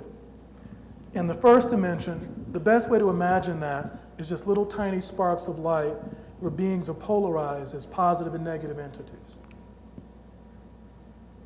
Okay? Any quick questions about that?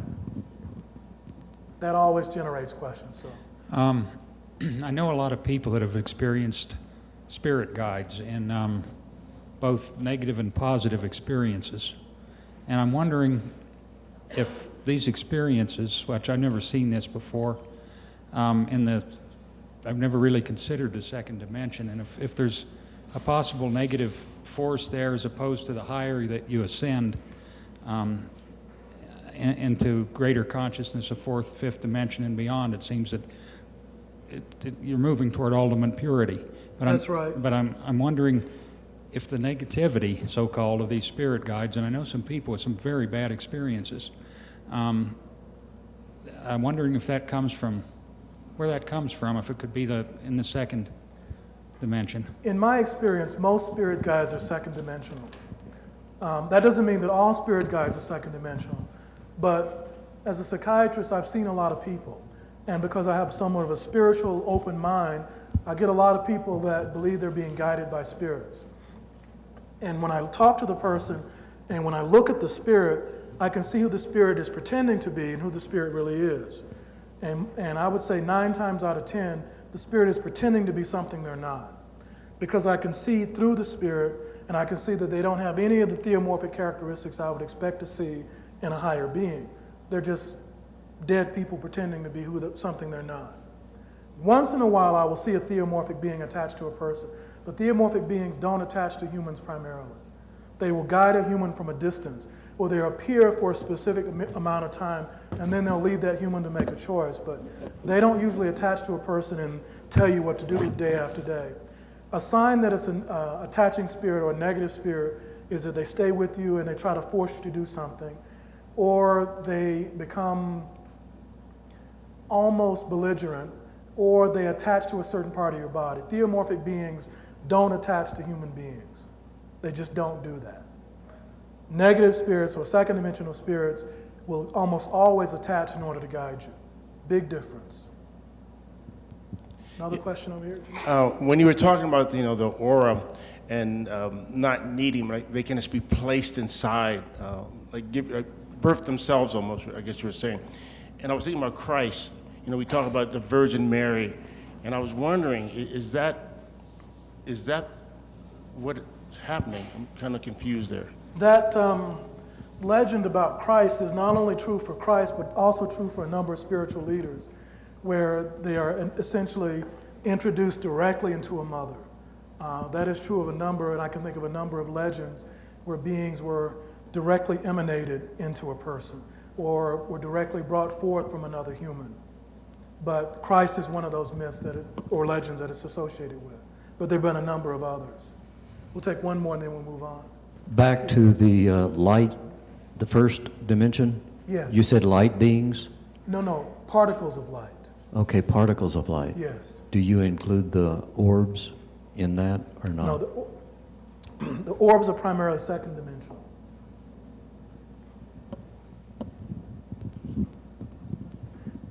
We'll take one more and then we'll go on. I wanted to ask you about the symbol that you drew for the pearl for inner enlightenment. And you put little rays coming out at 4 quadrants. Were you just elaborating on that, or is that something else? It points to the fact that the soul becomes not subject to reincarnation.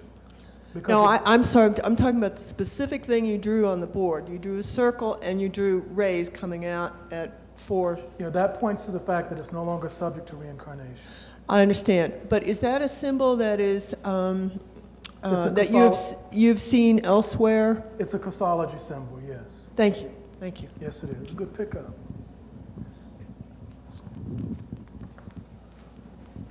This is another symbol from a Christology textbook. Should I go over this? No. Let's talk about the first, because I could spend an hour on that, and we don't have an hour. Let's talk about the first dimension. The first dimension is a dimension that is characterized by chaos and complete unconsciousness. Now, as I talk about each of these dimensions, we all have an aspect that lives in all of these dimensions. Don't think of yourself as being separate from these dimensions. Think of yourself as being continuous with all of these dimensions. Because all of us have a continuous nature. It's a misnomer. It's incorrect to think of yourself as just existing in the third dimension. We all exist as a multidimensional entity.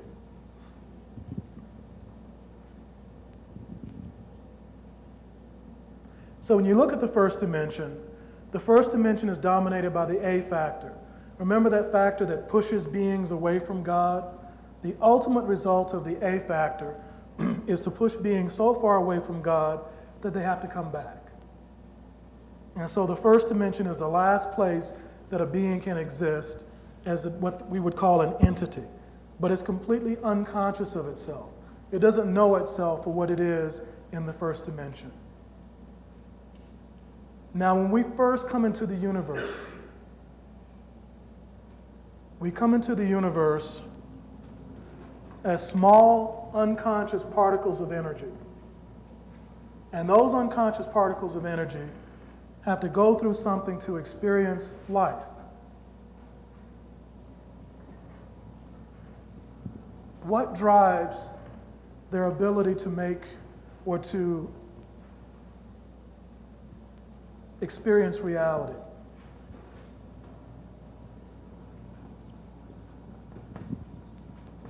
Choice. We start out in the first dimension as unconscious particles. We begin to make unconscious choices, choices we're not aware of. And even now, most of our choices in the third dimension are still unconscious. 9 out of 10 thoughts that we have, we don't remember and we don't understand when they happened or why. In the first dimension, 100% of the time, we're not aware of our thoughts. But choice is what compels us to evolve. In the first dimension, consciousness or the soul begins to try to go back to God, or it starts to make the process of incarnation.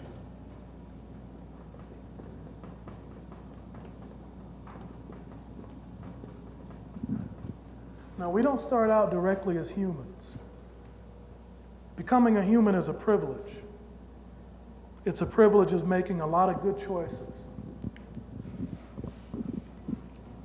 So let's take this little bitty soul. It starts out as a first dimensional little particle of light. The first thing that it's going to do, and let's just simplify the discussion, is it's going to take on the simplest form of life that it can become. It becomes a virus or a bacteria.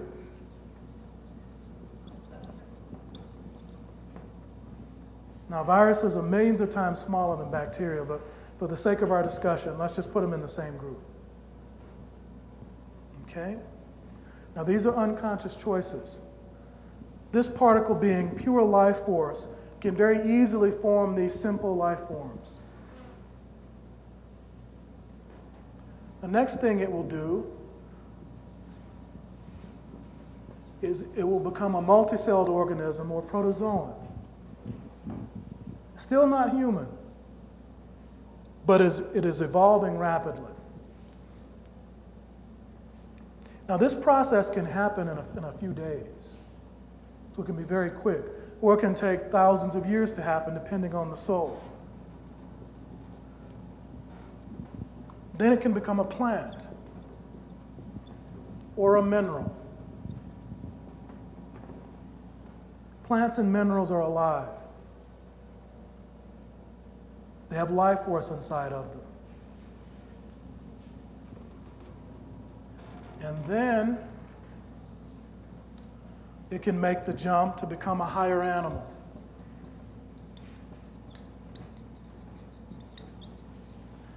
How does it make that jump? What would you guess?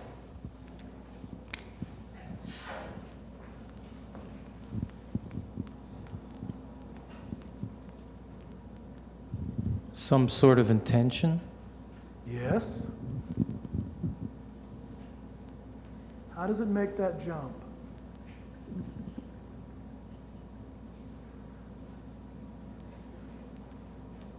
You're going to kick yourselves when I tell you.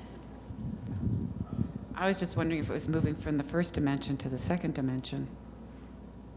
Well, it doesn't require that move. I'll tell you. It has to be consumed.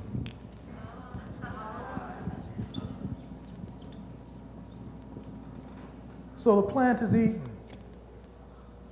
by a lower animal, or the plant is eaten, or the mineral is eaten.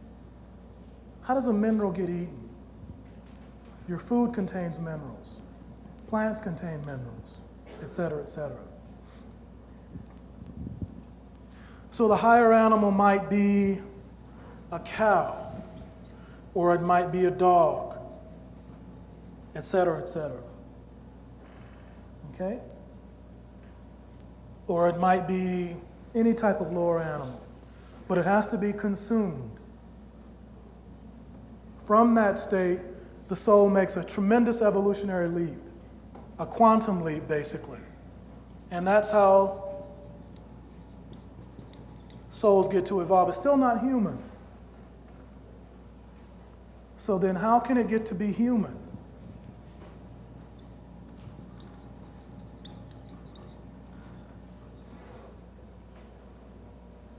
It can be consumed. We can eat that cow. And because we ate that cow, through the law of resonance, that cow's energy that started out as a particle now begins to resonate with human energy. That particle now gets a chance to become human. The other way is if you kill that animal. If you kill an animal, that animal gets a right to become human. Any animal that you kill, that a human kills. There's another way. Yes? Through companionship? Loving the animal through companionship? If the animal dies in the presence of a human that loves it. That's exactly right. That animal gets to evolve. So if you buy a monkey and you love that monkey, let's say the monkey's name is Bubbles, for instance, and Bubbles dies in your presence, then Bubbles gets to be human next time. Or for some reason you consume Bubbles, Bubbles gets to be human. Now, how do humans get to be the next level? Light beings. Well, you can't consume a light being, can't do that. And you can't kill one. Yes? Doctor, I'm sorry, I just had a quick question. The implication seems to be that you can't go from plant mineral to human. You can't make that jump directly, no. So, if you have to consume a higher animal in order to become human, but you have other alternatives, you can kill it or you can be in its presence when it dies, it kind of limits you, it limits vegetarians, for instance. Vegetarian humans? I'm seeing that.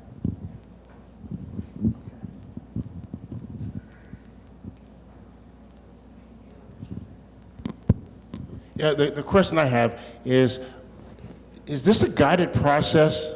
Yes. There are beings that are responsible for this.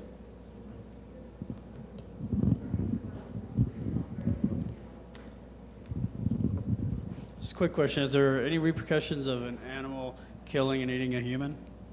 Of animals killing humans? Yes. Are there any implications? Yes. What do you think? Well, part of me thinks it's a negative connotation, but I'm not sure. No.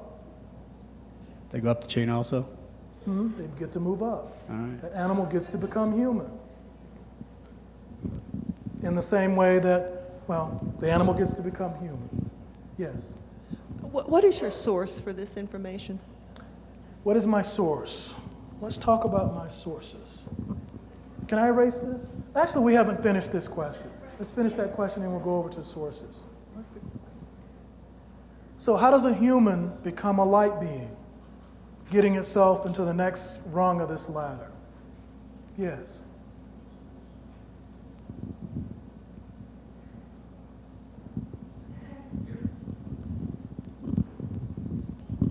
What I don't know, what I follow myself flowing into is that there's just some kind of awareness, there's some kind of process or guide occurring. I mean, somewhere along the line, an awareness of moving to the next level, or wanting to move to the next level must begin to occur.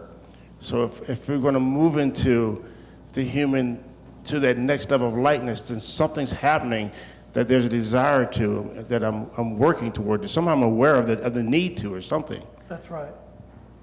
That's right. So how do humans move? It takes more than desire. So you're saying, other than like going through your karmic wheel, you had to basically go from element all the way up through the soul consciousness of the food chain, in a sense, to evolve through that before we can become human. Every one of the humans in this room has been through this. Okay. That's how we got here, unless you're a direct emanation. Do we evolve through enhancing the X and B factors How do you do into that? light beings? How do you do that? Well, through the technique you gave us and various other things. Exactly. Yeah. That's the whole purpose of this seminar, to help human beings go from here to here. Most of us are stuck right here and going back and forth between the animal and the human kingdom. There's another choice out there. So one thing that you can do specifically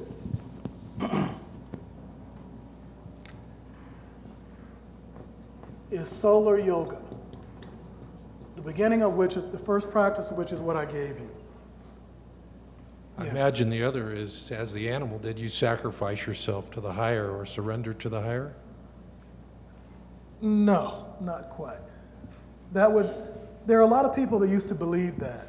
The difficulty with that is you throw yourself back several notches. That's a form of suicide. That actually builds up detritus in your mind from a lot of negative energy you bring on yourself. I was thinking the crucifixion. Crucifying yourself? The crucifixion of Jesus, was that a surrender to the higher? That's a long discussion. Okay. That's a very long discussion. But let's talk about the ways you can evolve yourself from being human to light beings. We talked about solar yoga. There are specific mantras.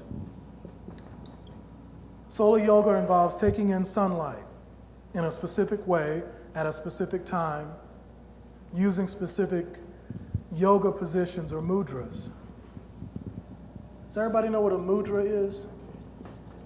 A mudra is movement of the hands. Sometimes you can combine a mudra with the movement of the body while looking at sunlight in a certain way, and it causes the transformation. Another is a mantra.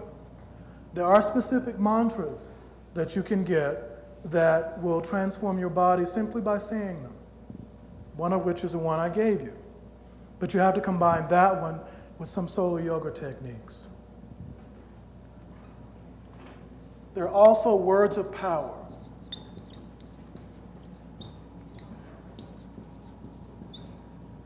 A word of power is basically a force of nature that sounds like a word. And a word of power can transform a human directly.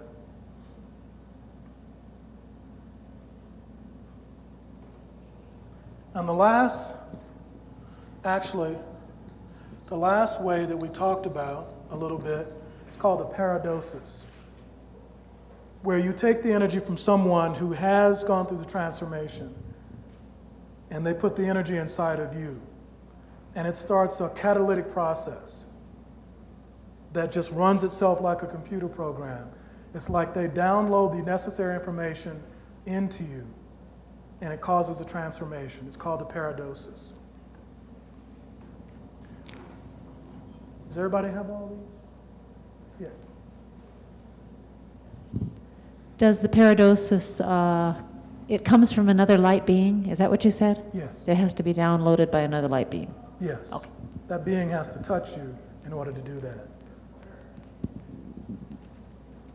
And so the paradosis is like dissension of grace or Shaktipat. That's right. That's right. Or God himself can do that for a person. In the case of Jesus, he had the paranosis through John the Baptist, but God was inhabiting John the Baptist's body at that time. So it wasn't just John, it was God. So where am I? Yes. And can you give us some examples of the words of power? No. Next question. Can we move to sources now? Yes. Thank you. Has everybody got this?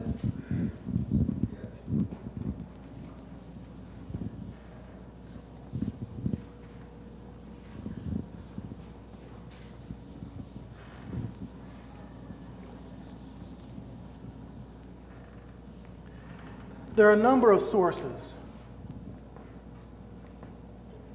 The biggest one actually comes from the sun.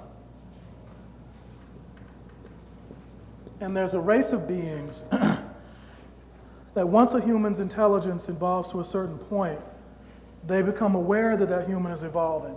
It's much like if a dog came up to you and asked you for $1. You would take notice of that dog. You would treat that dog differently than you would its neighbor that didn't ask you for that $1. That race is called the Bastaga. The Bastaga are an extremely advanced race of beings that monitor human evolution. And they begin to communicate with humans through the sun once a human learns certain solar yoga techniques.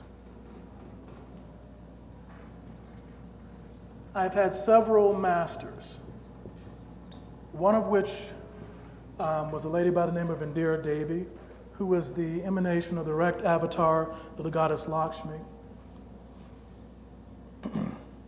That's the only one I can really talk about in public. Also, through certain Christology texts, you might have noticed that some of the slides I'm showing you look like they're taken out of a textbook. Those texts are not distributed to the average public. They are not disseminated, let's put it that way. They're forbidden, so to speak. But certain things I'm now allowed to teach because, well, I also left out Thoth, but actually he prefers the Janti.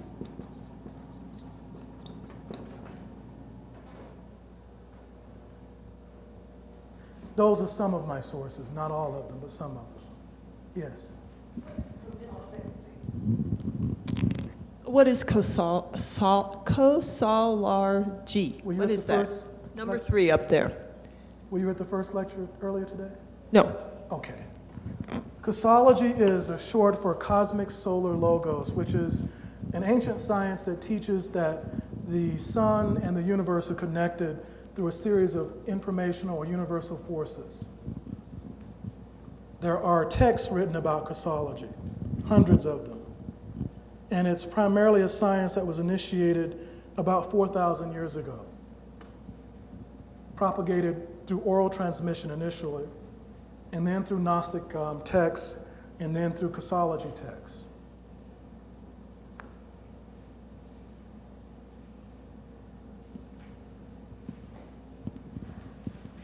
But a good source of information is, if you really want to get a good answer to a question, you can go get up in the morning around sunrise and ask a question directly from the sun. And the sun will give you an answer. Now, the answer will go almost immediately into your subconscious, actually first into your unconscious. And from your unconscious, that answer will gradually work its way up into your conscious mind. But most people won't listen to that answer.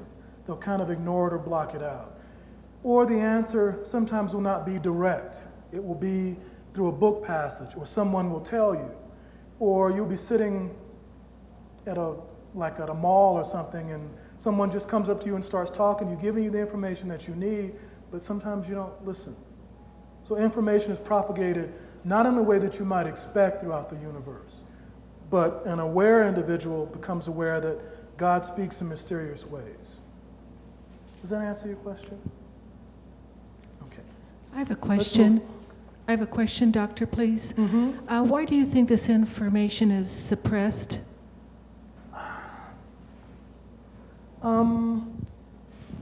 I think for several reasons. For one, for a very long time, the church was afraid that if people had certain information about the Bible, they wouldn't tithe, and that they wouldn't be afraid of the afterlife. And so the information about the afterlife, Christianity teaches almost nothing about that. And I'm pointing out Christianity because it's the dominant religion on this planet. So I would say the first reason is fear. The second reason is that the people, the masses that have the information, understand that the masses have not been educated, let's say, spiritually. And at this time, people in this room, you have a greater spiritual education than almost anybody that's lived before you. 100 years ago, 9 times out of 10, if you met a person on the street, that person couldn't read. Right now, about 70% of the people in this country can read. 500 years ago, only nobility and the educated elite could read.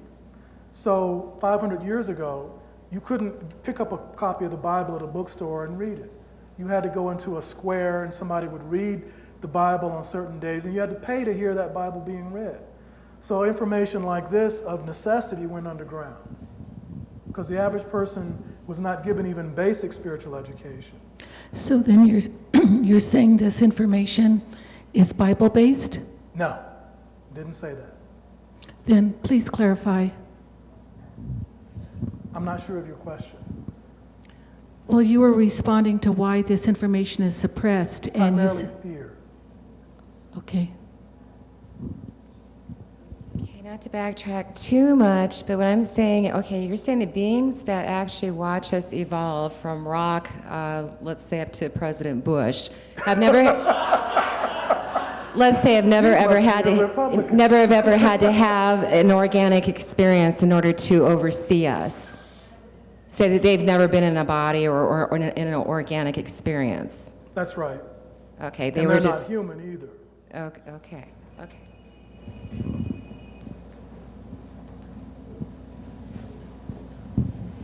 I've been reading a lot about Atlantis, and that was an ancient civilization, and I wondered if any of this information came from them down through the other civilizations. It didn't come from Atlantis, it came from God. Right, and it was right. given in text form and oral form for centuries, and is gradually now being released. But it came from God. Right, of course, but did Atlantis have some part of this knowledge? Yes. Yeah, that was. Yes. I have 2 quick questions. The first, can you go from the 3rd dimension to the 5th without going through the 4th? Yes. Okay, good. And the second one, maybe you already explained this about the individuality of the soul. I'm a little confused. Does the spark have the potential of the allness all the way through the 1st dimension in it from the very beginning? That's right, it does. And if an animal is eaten by a human and then becomes a human, he must be the opportunity to become human. Yes. But a different human than the one that eats him. Yes. Because his soul. So if there is in the 3rd dimension a male and a female, each have their own individual souls. That's right. Okay. That's right.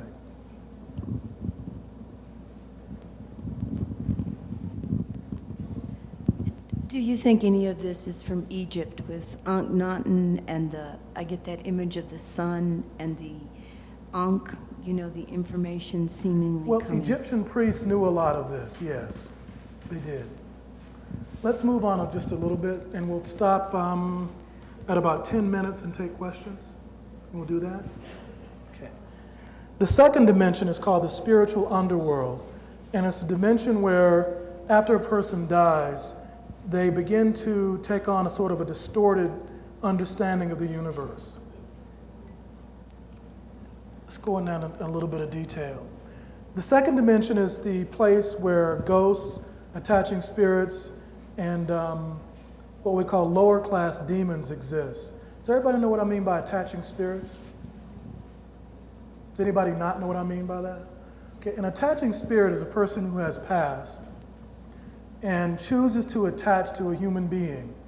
Now, they might do that for any number of reasons. They might attach because they like that person. They might attach because that person drinks and they like to drink, or that person smokes and they like to smoke. Or they might attach that person out of some positive emotion. They might really love that person. Or they might attach because that person is somebody they hate and they want to kill them. There are specific places that attaching spirits like to attach. The most common place is the back of the head.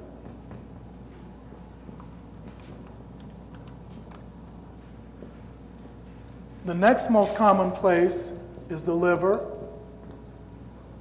The next most common place is anywhere along the GI system or the GI tract. And then the joints. When I look at a person, or when a person with the sight looks at attaching spirits, you can almost always find them in one of those areas. Also, I left out one, in the heart.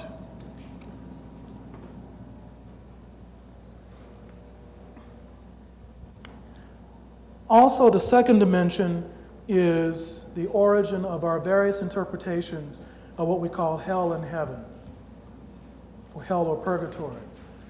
In the second dimension, you can find any of the heavens you want to look for. The Buddhist heaven, the Christian heaven, the Hindu heaven, all of them. That's not heaven. It looks like heaven, it feels like heaven, but it's not the same because it's in the second dimension. It's what our minds have conceived of as heaven or hell or whatever, and it's what we project into that dimension. It feels real because it's a dimension of thought. Harry Potter lives in the second dimension. And interestingly, if you talk to an author that really writes a lot, they will tell you that they can visit their characters, and their characters will tell them what's going on with the story. Like Dickens was very famous for talking to his characters. And he would get storylines or plots from his characters because they would say, oh, my character would never do that, or he's not doing this. And he would see his characters having dinner with them. And they would have long discussions about what's going on in their lives. When you learn how to astral travel and control it, one of the things you can do is you can visit Harry Potter's world. You can visit any of the worlds that you read about, and you can see they're real places. They're second dimensional places, but they're real places. Third dimension, well, that's kind of where we live. But it's not the only place we live, but it's the main dimension that we focus on and that we're aware of. It's a dimension that's subject to change in a very rapid sense. Also is subject to fate, illness, and death. It's one of the few dimensions where a being can die very quickly. As I said, in the fifth dimension and above, fifth, sixth, seventh, eighth, ninth, and above, beings don't die.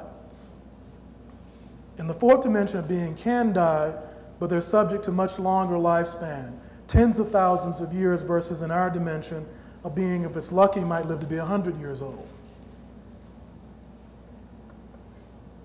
In the third dimension, as we talked about earlier, the Z factor is prominent.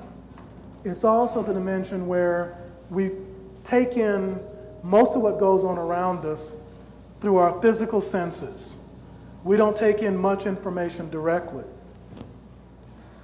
The human mind is capable of taking in a great deal of information directly from the universe, except most of us have forgotten how to do that. We've forgotten that the universe transmits everything that needs to be known directly through the sun at all times. And that since the sun has been transmitting for millions of years, that information totally surrounds us. There are certain techniques that you can learn that you can use to absorb that information and sort of use it consciously for yourself. The fourth dimension is what we call a generated state of existence. In this dimension, something called intellect takes over. Now I need to explain what that is. Let's start with this very simplistic interpretation of God. Okay? From that,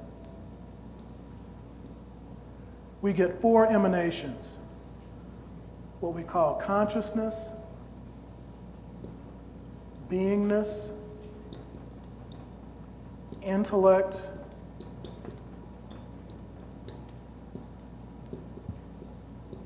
and form. Now, these four things are parts of what we call the higher mind. They are very real things. They're not just theosophical or theoretical constructs. We all have a part of us that instead of measuring its IQ in 2 or 3 digits, can be measured in multiple digits, 8, 9, 10 digits.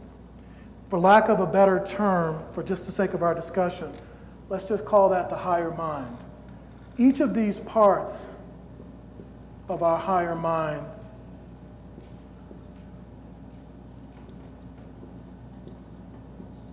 breaks itself down when we come into the physical form.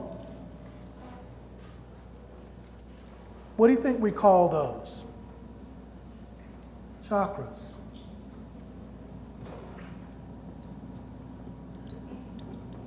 Each chakra is responsible for creating a certain part of the physical body under the direction of our higher mind.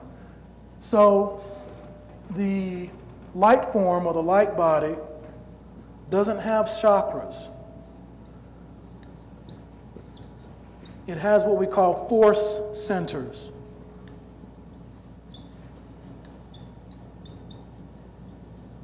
Each of these force centers carries what we call impersonal energy or impersonal information.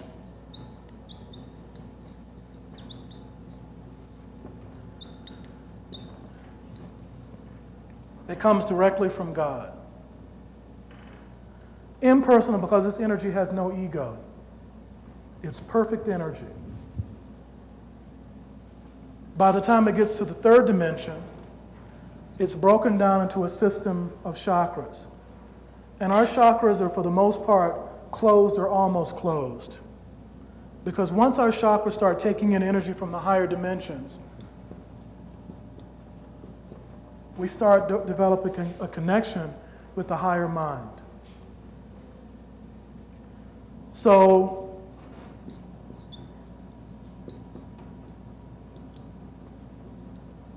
the first and second chakras have certain functions.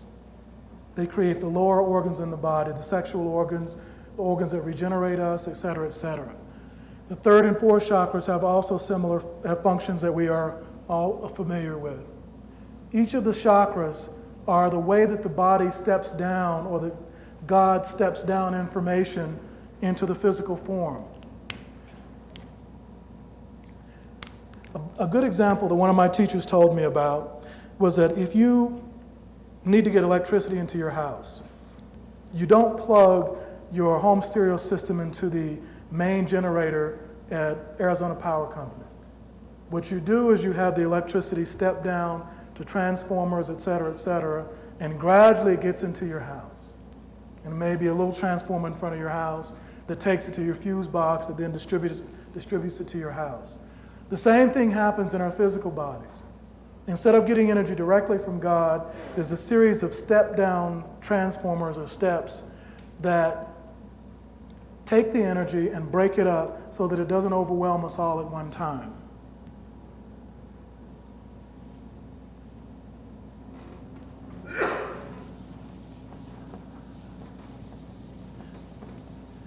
We're not going to be able to get through all this. So let me just jump forward a couple of slides.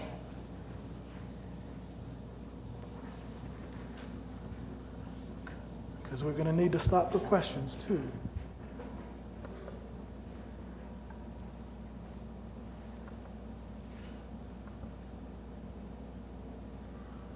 Like I said, this is a 2-day seminar, and I really don't have time to go through all of them. But I think this was important. At the moment of death in the physical body, the Z factor acts on the body and separates the soul and the body and forces the soul into the second dimension. Consciousness is then drawn into a 2-dimensional form, and what we call a ghost is created. A ghost is a copy of the physical body. There's a residual self-image that is formed. And this happens to 90% of people at the moment of death. The action of Z factor separates the body and the soul, forming a 2-dimensional copy of the body that we call a ghost.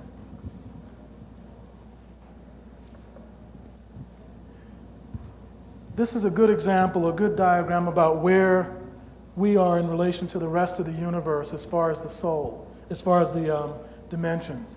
If you look at the sun here, the sun is not a 3rd-dimensional entity, at least the sun that we're talking about. The sun derives most of its energy from the 5th dimension and emanates a lot of radiation and energy into the 3rd dimension. But the sun proper is a 5th-dimensional entity.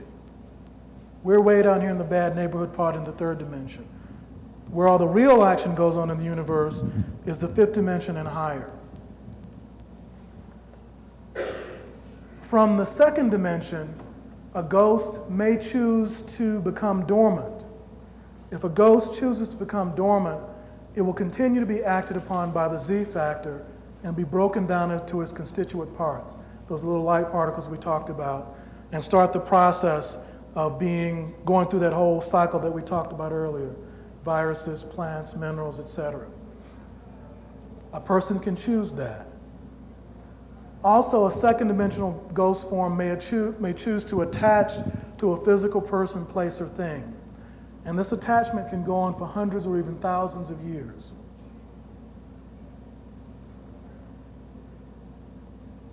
A 2nd-dimensional form may also choose to reincarnate into the 3rd dimension. That's what most people choose to do. It's not the only choice available, but that's what most people choose to do. When a human becomes more aware of their spiritual choices, they can take advantage of the various forms of X factor that we talked about earlier that are within this world, and that X factor can transform the human and the human soul into something that is no longer just mortal, that can become something that is a crystalline light structure that is immortal.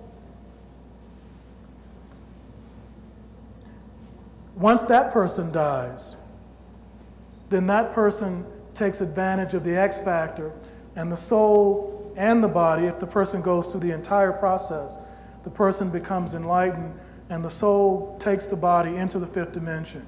Or if the person has only started the process, the soul itself enters the 5th dimension and is born as a theomorphic being, an unenlightened theomorphic being, and usually will have enlightened parents, and will finish the process, which is much easier in the 5th dimension.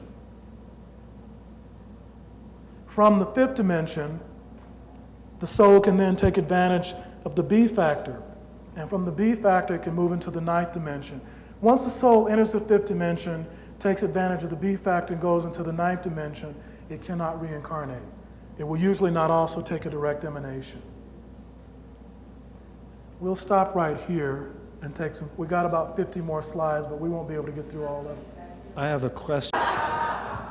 I have about 60 or 70 books on cosmology written on this, but I can't give them out. But I can give some of the information out. And there's a book I'm writing called The Body of Light that summarizes all of this that'll come out in October. There really isn't a good book that has this information that I've seen, and believe me, I've looked. It's just not disseminated. Yes?